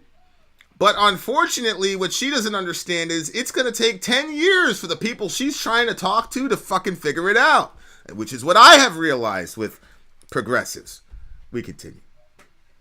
We're all bad people. You guys all love crime. You all love this. You all love that. It just doesn't make sense to me. And I disagree with your theory of change. The whole thing about winning over the middle, that is what elections have been about for decades. For decades. No, but they have a false middle. Their middle is, bipartisan compromise that we should give billions more to corporations, and that's the middle of the country. That ain't the middle of the country. The middle of the country is an average guy, an average woman working their ass off, barely making it, etc. Right? So I address the actual middle as opposed to the Democratic Party. Look, here's my solution. And this is what I've been doing to the best of my ability, and often very wrongly, I'm sure, right? But I play both defense and offense. So if you're gonna attack people, we're going to defend them, period, okay? At the same time, and this is what none of the rest of the Democratic Party do. Bernie does it a little bit, just as Democrats do it. Just like Arizona and Georgia going the other way, Florida is lost because of demographic changes. Oh, really? In 4 years, there was that significant of a demographic change in Florida. Between the Obama administration, between the two Obama administrations, you got 8 years of the Obama administration where Florida voted twice. There was enough between 2012 and 2016 of a demographic change to do that. It's anybody but our own policies and our actions. Leftists will never take responsibility for why they lose. It's unbelievable. It's only demographic changes, Sims. That's what it is. It's not all this extra shit. It's not your guys' messaging. It's not your policies. It's not your inability to admit when you're wrong. It's not your inability to siphon out the difference between your ideology and what happens in the real world and how it affects people on the ground. Nope, it's just demographics, man. That's all it is. Okay, we continue. Tiny bit, but just as Democrats do nothing. Tiny. Yeah. Okay, what you have to do is play offense on economic issues. Yes. Do you want higher wages or do you want the Republican plan of lower wages? Do you want health care or don't you want health care? For God's sake, this is the one thing Ana and I agree most on. Play offense. Well, Bernie was playing offense. When he went to Fox News, all them people started listening to him, and they were dead set against Bernie. And Bernie didn't come in there and say, "You idiots, you guys are all stupid, you're dumb." He talked about it in a very casual way. Well, we already have Medicare. All I'm saying is we can expand Medicare. Maybe you can take care of your teeth. Maybe you get some vision. That's what I'm talking about. What we could do: take 1% off Wall Street speculation. It won't really increase your taxes. That's kind of what I'm doing. And you span the room, and everybody was like, well, shit, man, this is not the demon they thought they said he was. That's how you do it, Cenk. But again, that is a type of war. That is a type of fighting. He's dealing with us at the psychological level. Everything he did was an act of war in that talk, Cenk. But again, there's more than one way to go to war. That's what he doesn't understand. Economic issues. And look, right wing, let me just say this. I don't mind if you hate me. I'm gonna fight you and you're gonna fight me, okay? On these culture war issues, it probably lasts the rest of our lifetime, okay? But can we just agree on things that are not culture war issues? Don't you want higher wages and health care? And I know some of you say no. 10,000 people move from Arizona to California every year. Kerry Lake lost by 17,000. Do the math. That's called the correlation and causation fallacy, Chris. Does demographics have something to do with it? I'm sure it does. But Kerry Lake is a psychopath who staked all of her, I shouldn't say psychopath, that's stuck for a lot. Kerry Lake hitched all her wagons toward Trump. And if you look at what happens with Trump himself, it works, but the people that he endorses, it doesn't work. Those people had other issues that they were worried about, and she made her candidacy about stop the steal, yada, yada, yada. That was the problem. Now, if Carrie Lake wants to divest any responsibility for why she lost, she can just go back to conspiracy theories, or she can talk about demographics, whatever. But the real reason she lost was because she wasn't talking about doing anything for Arizonans. She was talking about doing things for Donald Trump. That's the issue. So go ahead and blame demographics for Florida all you want. Go for it. That's why you guys will continue to lose, because these guys cannot take any accountability at all for why they lose. It's unbelievable to me. Unbelievable. We continue. Not if it means working with a lib. And by the way, some of us say not if it means working with a bigot, a racist, a homophobe, et cetera, et cetera. So both sides fight the culture wars either now or later, but you have to fight together on. Yeah, but you're out here calling folks monsters, all types of shit, Cenk. So why would anybody fight together with you? I mean, I could definitely see somebody saying, okay, I'll work with Ana. I don't agree with Ana on everything. Her latest meltdown, the reason she even said what she said is because she's still sour over the Roe v. Wade decision. That was the real crux of this. See, this is the thing that gets me. This group is so narcissistic that everything is about them. They couldn't even put two and two together. She is upset about Roe v. Wade, and so then to use terms like birthing person or menstruating person, all these things that cover reproduction, is upsetting to her. It has nothing to do with trans people, but trans people made it all about them. We continue. Economic issues where the people at the top, the donors, are crushing the living crap out of both of us. Let's stop the robbery first. Stop saying us, Cenk, because you're a millionaire. Stop saying us. You're not with them, and that's part of the reason why you don't understand what's happening politically.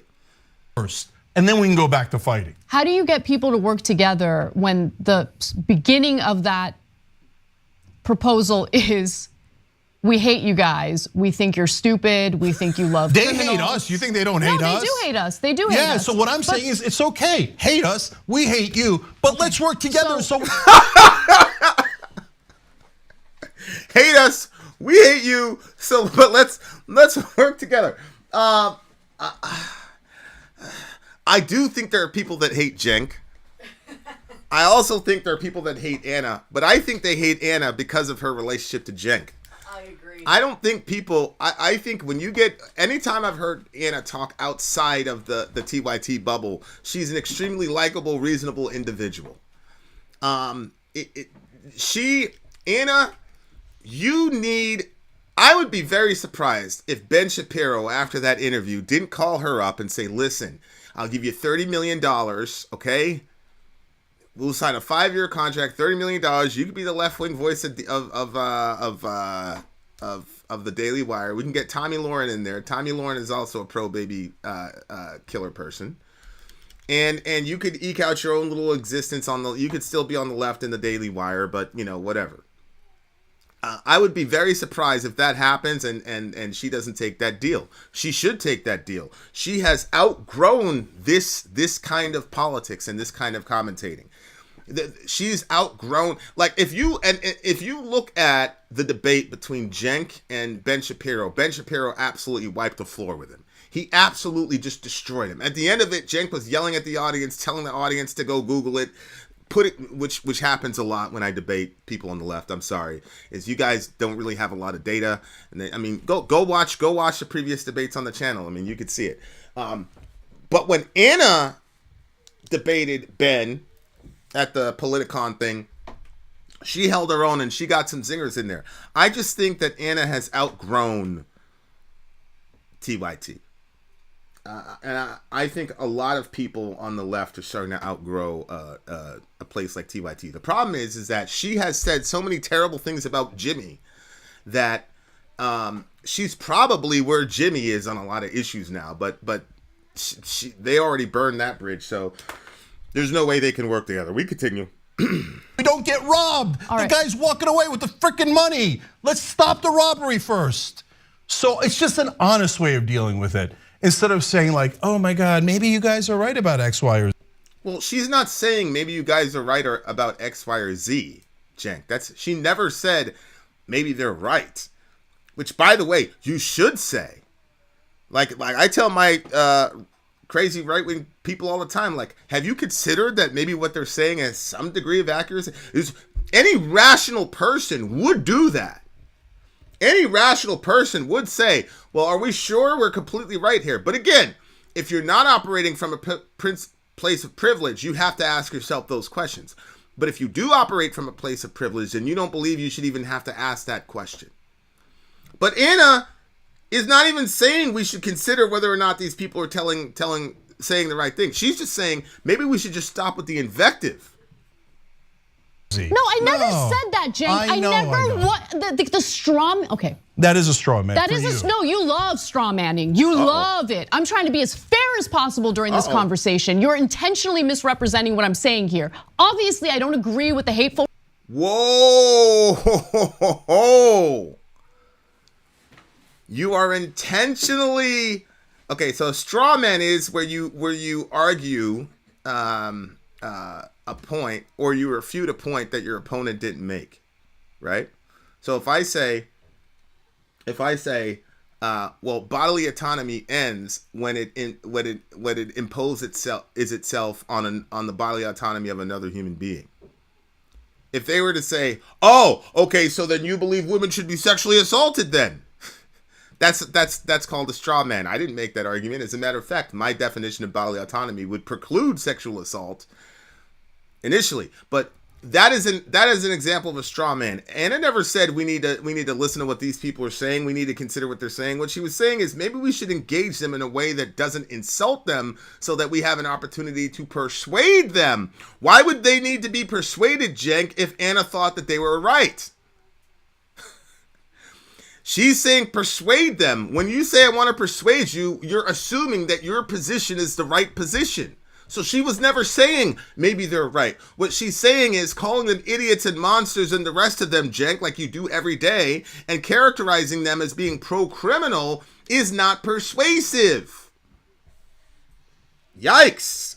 Okay, hate us, we hate you, but let's work together so we don't get robbed. The guy's walking away with the freaking money. Let's stop the robbery first. So it's just an honest way of dealing with it.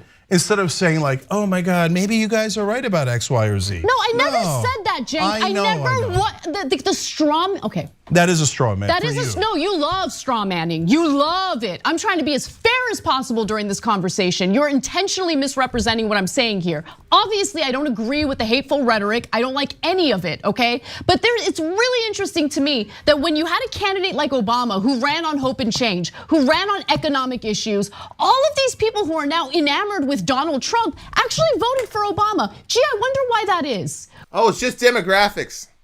It's just demographics. It has nothing to do with leftists shooting themselves in the foot. It has nothing to do with defending pedos on Twitter. No. It's all demographics, Ana. That's what happened in Florida. Could it be that in lieu of a candidate that actually represents their economic interests, they just go for the cult of personality who owns the libs? That is what happens. That is our political landscape right now. So we can continue attacking ordinary people that we disagree with, and to be sure, I do disagree with them. But we have to also, more importantly, if you ask me, focus on the systems that has created this mess in the first place. And sometimes I feel like the focus isn't where it needs to be. That's all I'm saying. All right, super. Yeah. I mean, I'm with you. Ana. That's what I've been trying to say for the last whatever on this show. Because a guy like Bernie persuaded me. And the trans people in my life persuaded me. But the trans people in my life that I'm close to here are not like the trans people on Twitter. But I was persuaded. People can be persuaded. I persuaded people in the abortion discussion. Now look, there's a lot of philosophies about how to approach the abortion discussion. This is like the 1 year anniversary of when we found those 5 babies over there in I think it was Virginia, because Virginia doesn't have any gestational limits. So you had a 7-month-old that was completely murdered, killed, and dispensed with, and the leftist They're literally called like progressive pro-life. That's a PPAU, progressive pro-life something something something. They recovered the bodies and showed the pictures of these 7-month-olds. And then when the sheriff did a press conference, what he said was the people that killed that 7-month-old, completely fine, but the people that took the pictures of the body, they're going to jail. And she did end up in jail. That was the 1-year anniversary a couple days ago of that. Now, I don't show bodies and things like that because one is that my heart can't handle it. Two is because I want to remain friends with some of you. And so if I were to show a picture like that, for somebody to say, yeah, but we should still be able to do that. Like I had a friend who's a very compassionate individual, and I talked about how Dr. Hearn over there in Colorado will massacre your baby for the crime of having Down syndrome. And she said, well, it's none of my business. Well, it's hard to be friends with somebody when you hear that sort of calloused, almost sociopathic sort of unfeelingness towards another human being. So I don't post those pictures, and I don't make those arguments because my heart can't handle it, and it's very hard for me to say any kind word to a person that can see something like that and have that as a kind of a response. But there are other people who do believe in using those pictures. Okay, the point is there are more than one way to skin a cat, and philosophically speaking, I recognize that there are people that need to see those pictures because human beings are inherently selfish, and unless we see the most extreme kinds of situations, we can't operate on principle. We just have to operate by emotions. There are some people that need to see those kinds of pictures. But I'm not, I fully believe, but I don't need to use that. I've persuaded a bunch of people just based on science and logic and reason and things of that nature and thought experiments. So I believe I can make my case without using that. People can be persuaded. People can be persuaded. If you give up on the idea that people can be persuaded, then you're going to go off into extremes. And what's happening is, in Cenk's mind, all these dumb, ignorant, Floridian, whatever, they're just dumb. They're beyond the pale. I remember it was a couple months ago where Cenk said, just let them go off into the forest. He was talking about people's grandparents and parents. Did I show you that clip where Cenk said they're beyond hope? Let them just go off into the forest, cackle. Oh yeah. I mean that's Cenk's perspective on shit. It's unbelievable. Lasting on it. Look, Anna's again not wrong about the facts. So Obama, when he came into office, had around an 80% approval rating. So if the whole country was racist or all Republicans were racist. But in 4 years, they just became absolute racist. It's because of the demo. It's the demo, Chris said. It's a bunch of white people moved into Florida from a bunch of racist white people moved into Florida from 2012 to 2016. It just completely changed the demographics, and that's why the Republicans. That's the reason Republicans are in control of it. God help us. God help us. We continue. Why was his approval rating that high? Why did he win a whole bunch of red states, right? So if you think the only answer is racism, bigotry, etc., you're wrong.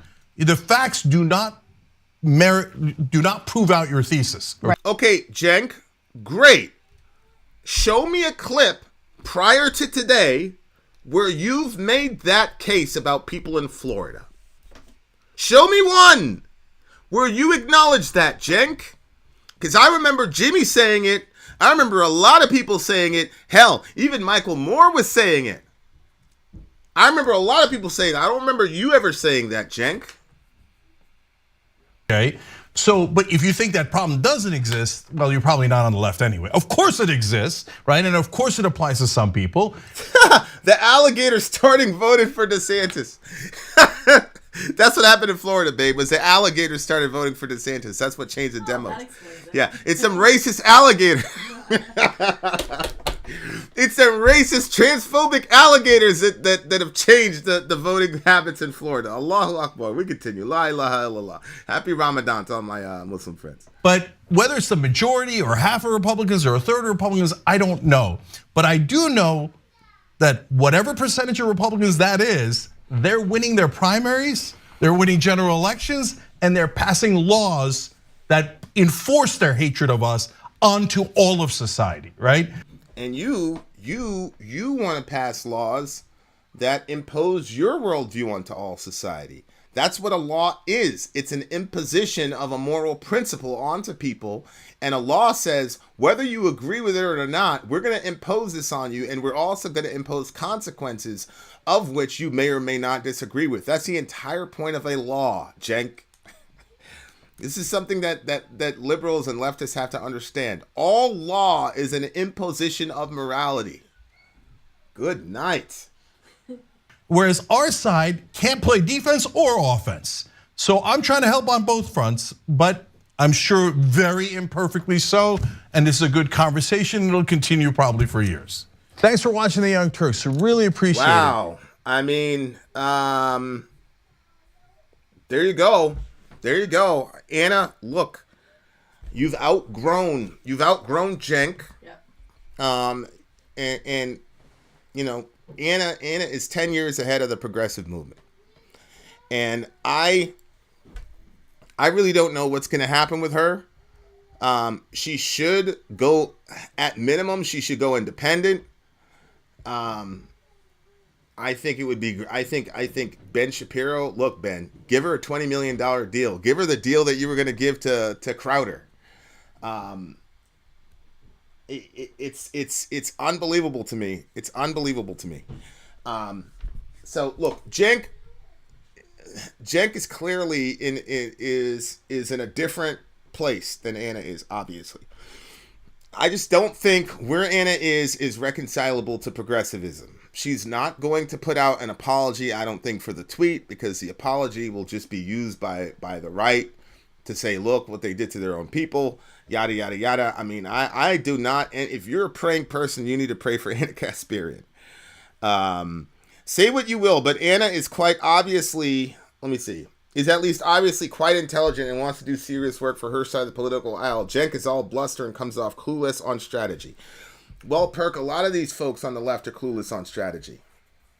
They're not strategic thinkers. They're emotional thinkers. Which look, I don't have a problem with emotions. Emotions are important because many times emotions will protect you from sociopathy. But if you're only emotion, then you can get manipulated by sociopaths. See, that's the issue. If you're not emotional at all, especially relative to social justice issues, you may very well be a sociopath. But if you're only emotional and you do not engage your cognitive faculties that God gave you, you run the risk of being completely manipulated by sociopaths who don't have any emotion, but know how to manipulate emotion. And that's where we are.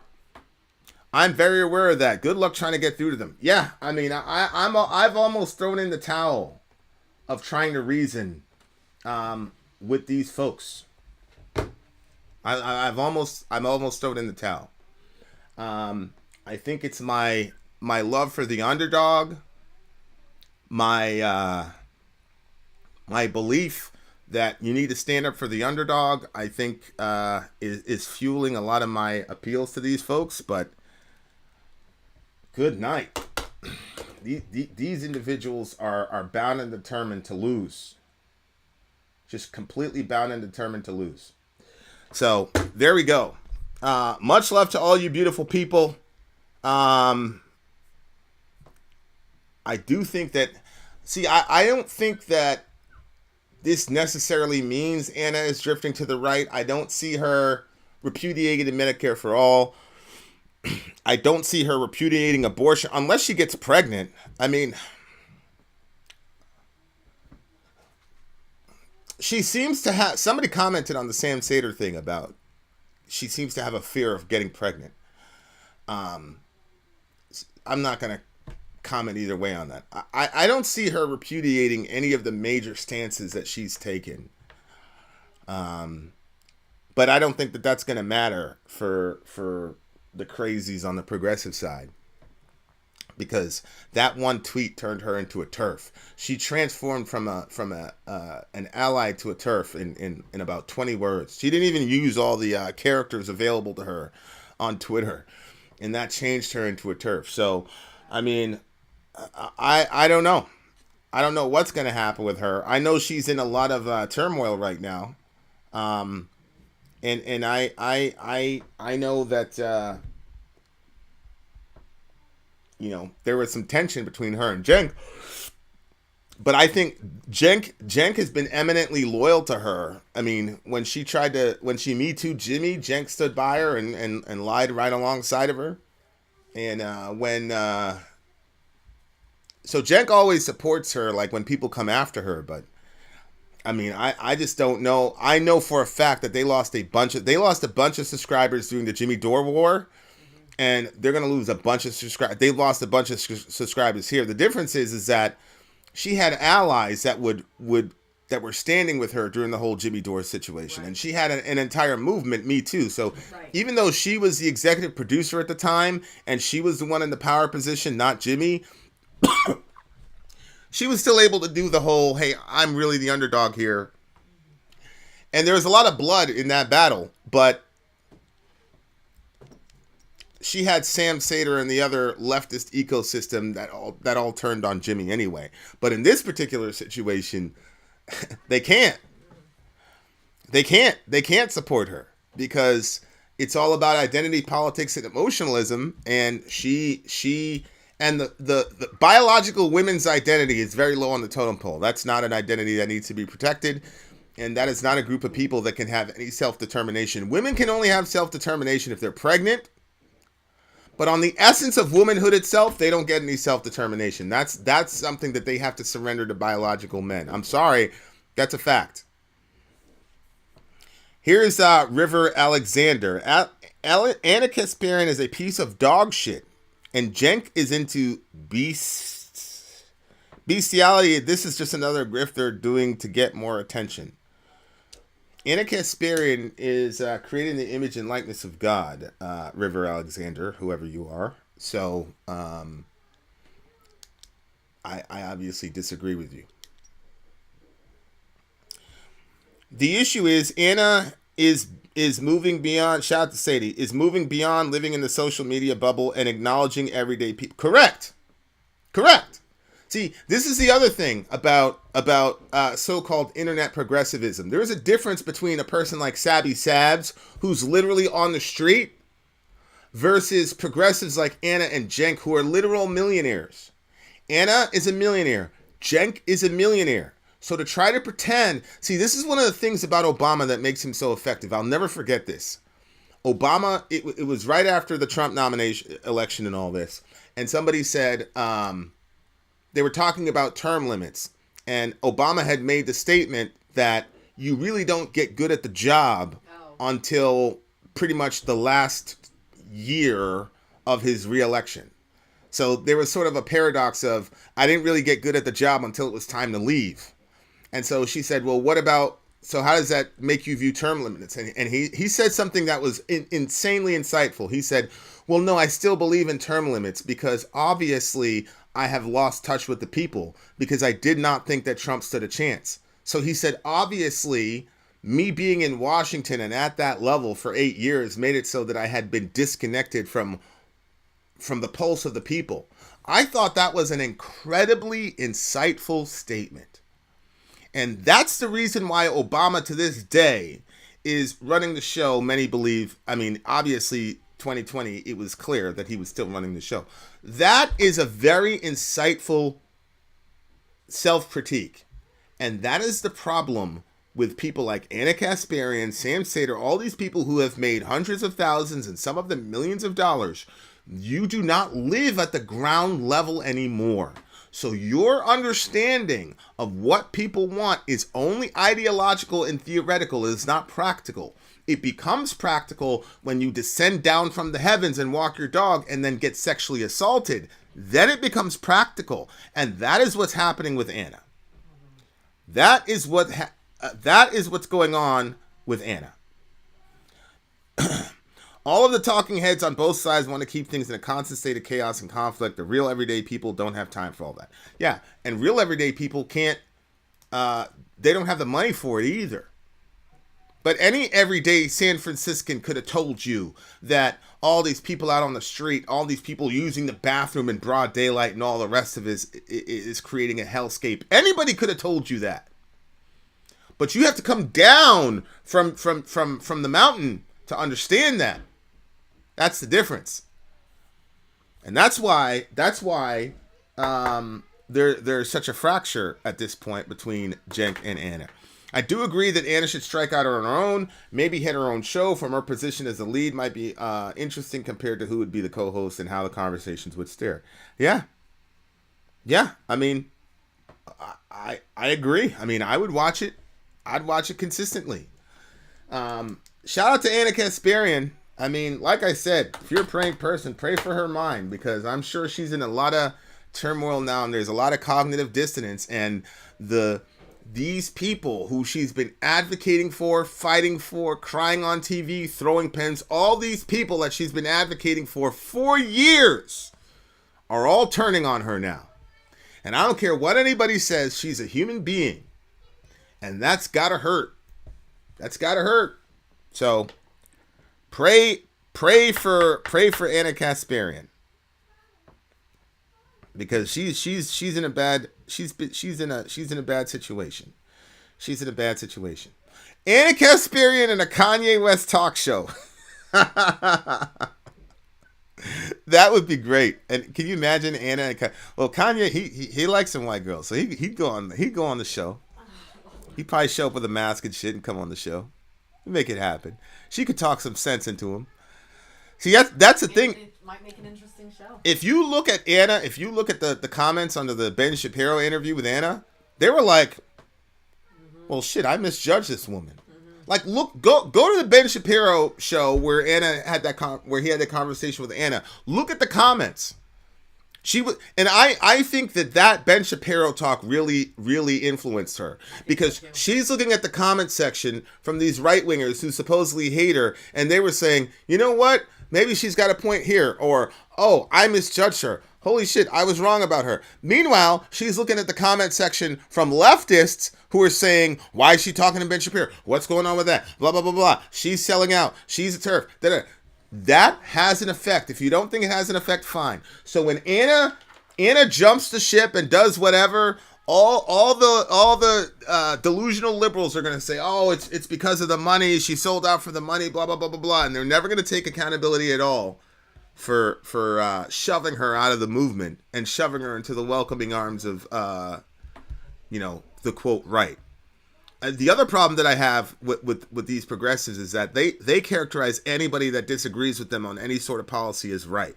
And I don't have a problem with that as far as I'm concerned personally. But again, it's another bad assumption that's going to create bad strategy, because if you don't know who's voting against you, you don't know how to campaign. And if you think that it's only Republicans that have problems with the issue, you think only Republicans have issues with crime, there's a lot of powerful single women like Ana Kasparian in San Francisco.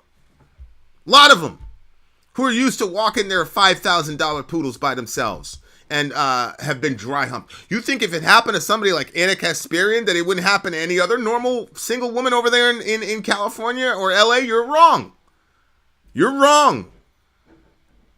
I mean, there's lots of women that I'm sure that's happened to. And a lot of them are probably lifelong Democratic voters. So if you guys think that the only people that are concerned about this are Republicans, you're wrong. As a matter of fact, to be honest with you, I would think that liberal progressive women would have more fear of running into those people than a right-wing woman would. You know why? Because them right-wing girls are packing. Yeah. Yep. They believe they got their little designer, little pink little guns, yep. And you try to do some shit like that to a Marjorie Taylor Greene fan, boom, boom. You gonna die, bro. They'll kill you.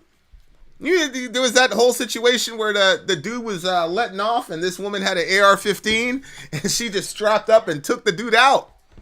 Okay? So there's lots of progressive-minded people that think like Ana Kasparian. That's why I said, like, go ahead. If you want to lose, if you're in the trans community, you want to lose Ana Kasparian as an advocate, go for it. Let's see what happens. Let's see what happens. Vin, you have no idea how crazy it's gotten in Los Angeles regarding sketchy people running around at night. I can imagine. I I can completely imagine for sure. The greater crime of homeless. There are millions of buildings in this country seeing, and I agree with that. And see, that's the problem. Anna voted for those policies because she has compassion. What she didn't understand was that compassion in the hands of that governor turned into something really nasty that she at the ground level had to deal with. That's what she's coming into the realization of. And that comes with experience, and that comes with age, which is why I said progressives need 10 years to mature to do anything effectively in this world, because progressives, by and large, are emotional, they're unstrategic, they don't think rationally, and they don't think 4 steps ahead. They're checkers players, they don't play chess. That's just a fact.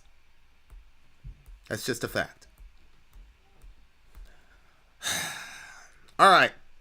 I got to get out of here. I think it's Fortnite time. We came very close to a victory, and I got to say it was my fault. I had a mythic shotgun that should have done the trick, and we were just too conservative. You know, I'm a big believer in accountability. We were just too conservative, and that's what cost us the match. I did have a 12 kill vict while I had the crown. That was very, very challenging. So there you go. Stop calling them progressives. They are not progressives. Well, Yasmin, is that a Dominican flag? Let me know if that's a Dominican flag, Yasmin. Look, I believe that Anna and Cenk are progressives. I believe that Jimmy Dore is a progressive. I'm not going to get into the ultra granular definition of progressivism. To me, if you're more liberal than the Democratic Party, then you're a progressive. That's how I feel about it. So, I get it. Vin will be Louis Farrakhan in about 8 to 10 years, 100. I love Brother Minister Farrakhan. I'm not going to be, I'll never be part of the Nation of Islam because just theologically I disagree with them. They deny original sin. They deny original sin in black people, which, you know, I am loyal first to Christ and the Bible over everything else. I'm part of a new creation. So while I have a lot of affinity for my kinsmen according to the flesh, black people, I'm loyal to Christ over and against all of this bullshit. So I love Brother Minister Farrakhan. I love the Nation of Islam insofar as what they've done for us socially, but theologically they're all over the fucking place. I don't believe white people were created in a lab by a big head scientist by the name of Yaqub, who created white people because he was upset that everybody was making fun of his big head. That's literally, that's like the centerpiece to Nation of Islam's theology. I'm sorry. But I do believe, obviously, I have a heritage of black activism in my life and in my family at some pretty high levels. And so I'm always going to carry around that legacy. But as far as ever signing on to Nation of Islam, completely no.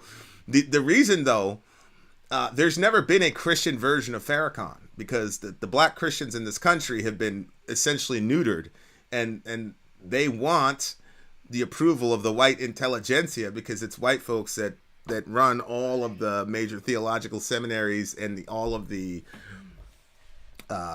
major presbyteries, etc. And so if you want a job and you want to be successful, then you have to kowtow to them. And so you can't call the devil. And so that's why I'm always going to protect Brother Minister Farrakhan and the rest of those folks, because, and that's the reason why it doesn't matter who you are, young black men love Farrakhan, because he's demonstrated how to be a man in these types of situations. And so we love him for that. But as far as like ever following him, nah, I could never do that. I could never do that. Did you see the Taliban Twitter roasting Hillary Clinton? I don't know if it was real, but it was brutal. Yeah, the tally. I got a lot of respect for the tally.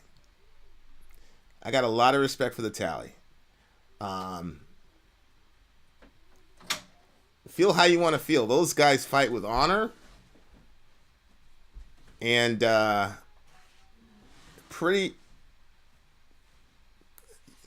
Yeah, that's as much as I'm going to say. Can you get Ana on your show?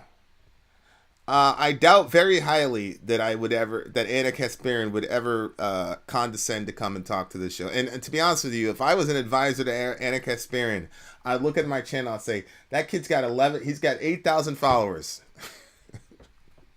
You need to go on a real show. The problem is that I don't know any other group where Ana could jump on. She would just have to go completely independent. She'd have to go completely independent. And I don't know if Ana could... The fact of the matter is, how do I say this? I'll say it this way, without offending the sensibilities of some people. Then I'll tell you offline the rawest version of it. I don't think Ana Kasparian is emotionally constituted to do this thing on her own. I'll say it that way. If you look at the pattern, she's very good at going viral. I mean, TYT, honestly, there is nobody that puts that company on the map like Ana Kasparian does. I mean, she puts them on the map. I mean, that tweet that she had, 26 million views.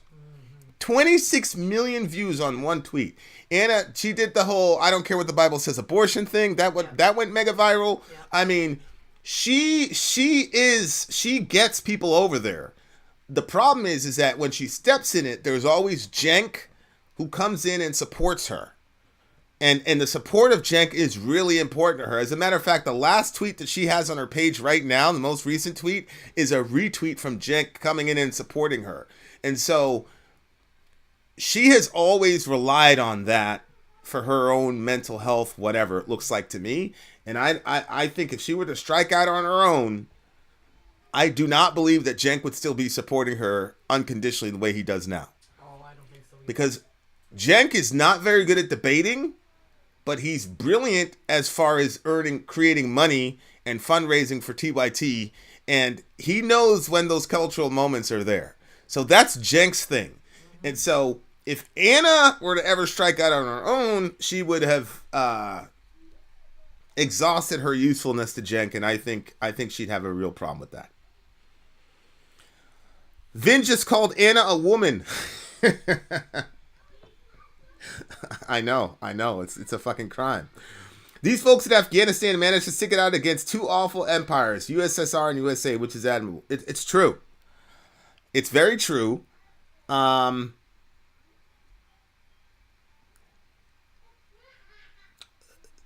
are the epitome of what Muhammad said is the... I'm not going to get into all the ahadith. I will tell you this, though. I've been in rooms with folks, and there's a vast difference between some 14-year-old kid who crossed the border from Syria into Iraq and with rose-colored ideas of what jihad is versus a 14-year-old tally member who's been schooled literally since he could walk as to how to handle an AK-47. The mindset is different. Everything is completely different there. And they're this whole goat herder thing. Oh, they're just dumb goat herders.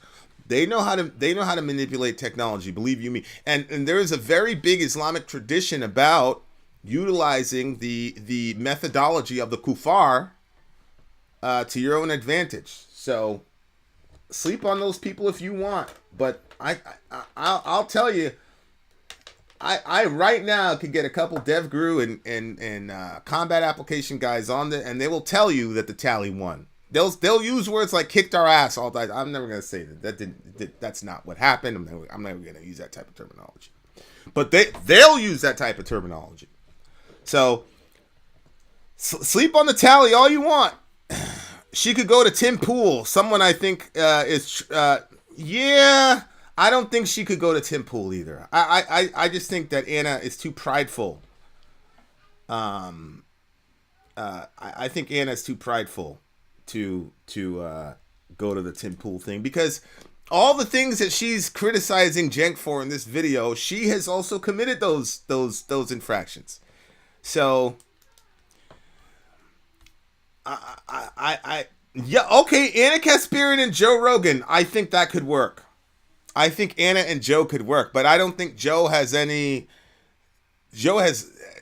why? He doesn't benefit at all from Ana Kasparian. So and he doesn't have a network. Joe is kind of like a by himself type of guy. I don't agree with that. Yeah. She's too uptight. Yeah. I just think I don't know, but there's no way that she is gonna do the TYT thing and remain true to herself. It's just impossible. If she goes with what's his face? Who? The Jewish guy. Shapiro. I agree. That is the best. When I saw them together talking, I'm like, oh, okay. I agree. I think she should go to Daily Wire. Yeah. Shapiro could say, he could talk to the group and say, listen, if we're gonna criticize Ana, fine. One of us will. We're not gonna dogpile on her. Put her in the network. Let there be a left-wing voice on it. She could talk about killing babies every month or whatever, but she's also going to talk about a lot of policies that I didn't know that Ben Shapiro was open, like, to a UBI, for example, Universal Basic Income. I thought he was going to say it's socialism or whatever. I think it could work if Ana went with the Daily Wire, but see, I don't think she would be able to handle mentally the backlash that would happen, because Cenk for the first time would be completely against her. Yeah, in public, and it's obvious that Ana is not mentally constituted for that, and the defense that Ben Shapiro would give her would not be enough. You know what I'm saying? Yeah. Ana doing DMT with Joe Rogan. People would tune in for that. Yeah, I agree. Americans will always underestimate the Middle East, and that will always be a windfall. Iran 100% will be a top 15 power in the world within the next 30 years, let alone Indonesia, Iraq, Pakistan.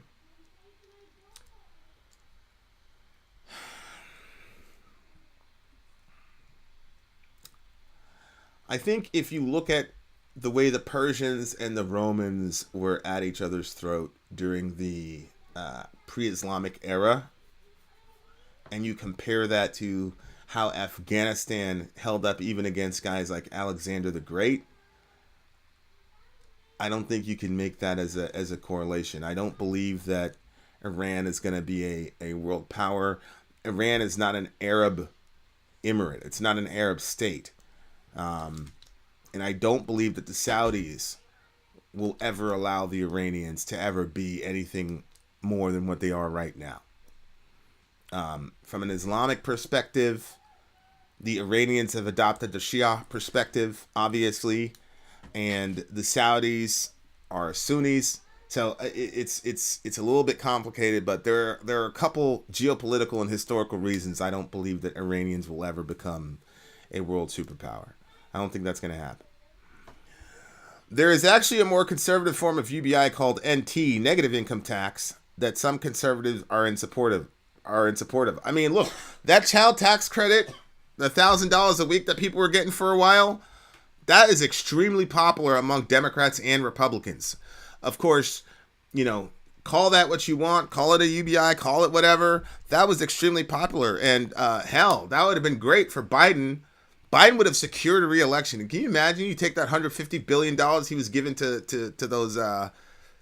those Nazis over there in Ukraine. Can you imagine if that would have went to Americans, how popular Biden would be right now? Mm-hmm. All right. Yeah, the Iranians and the Saudis are in diplomatic conversations, but again, there's terms of diplomacy. And I don't believe that the Saudis are ever going to get to a point where they're okay with the Iranians ever being a superpower, much less at their level. And there's even a religious there's a religious reason that could never happen between the Saudis and the Iranians on both sides. That's the issue. The issue is in Afghanistan, the religion is only going one way, but between the Iranians and the Saudis, there are way too many complications for that. Okay, guys, I got to get out of here.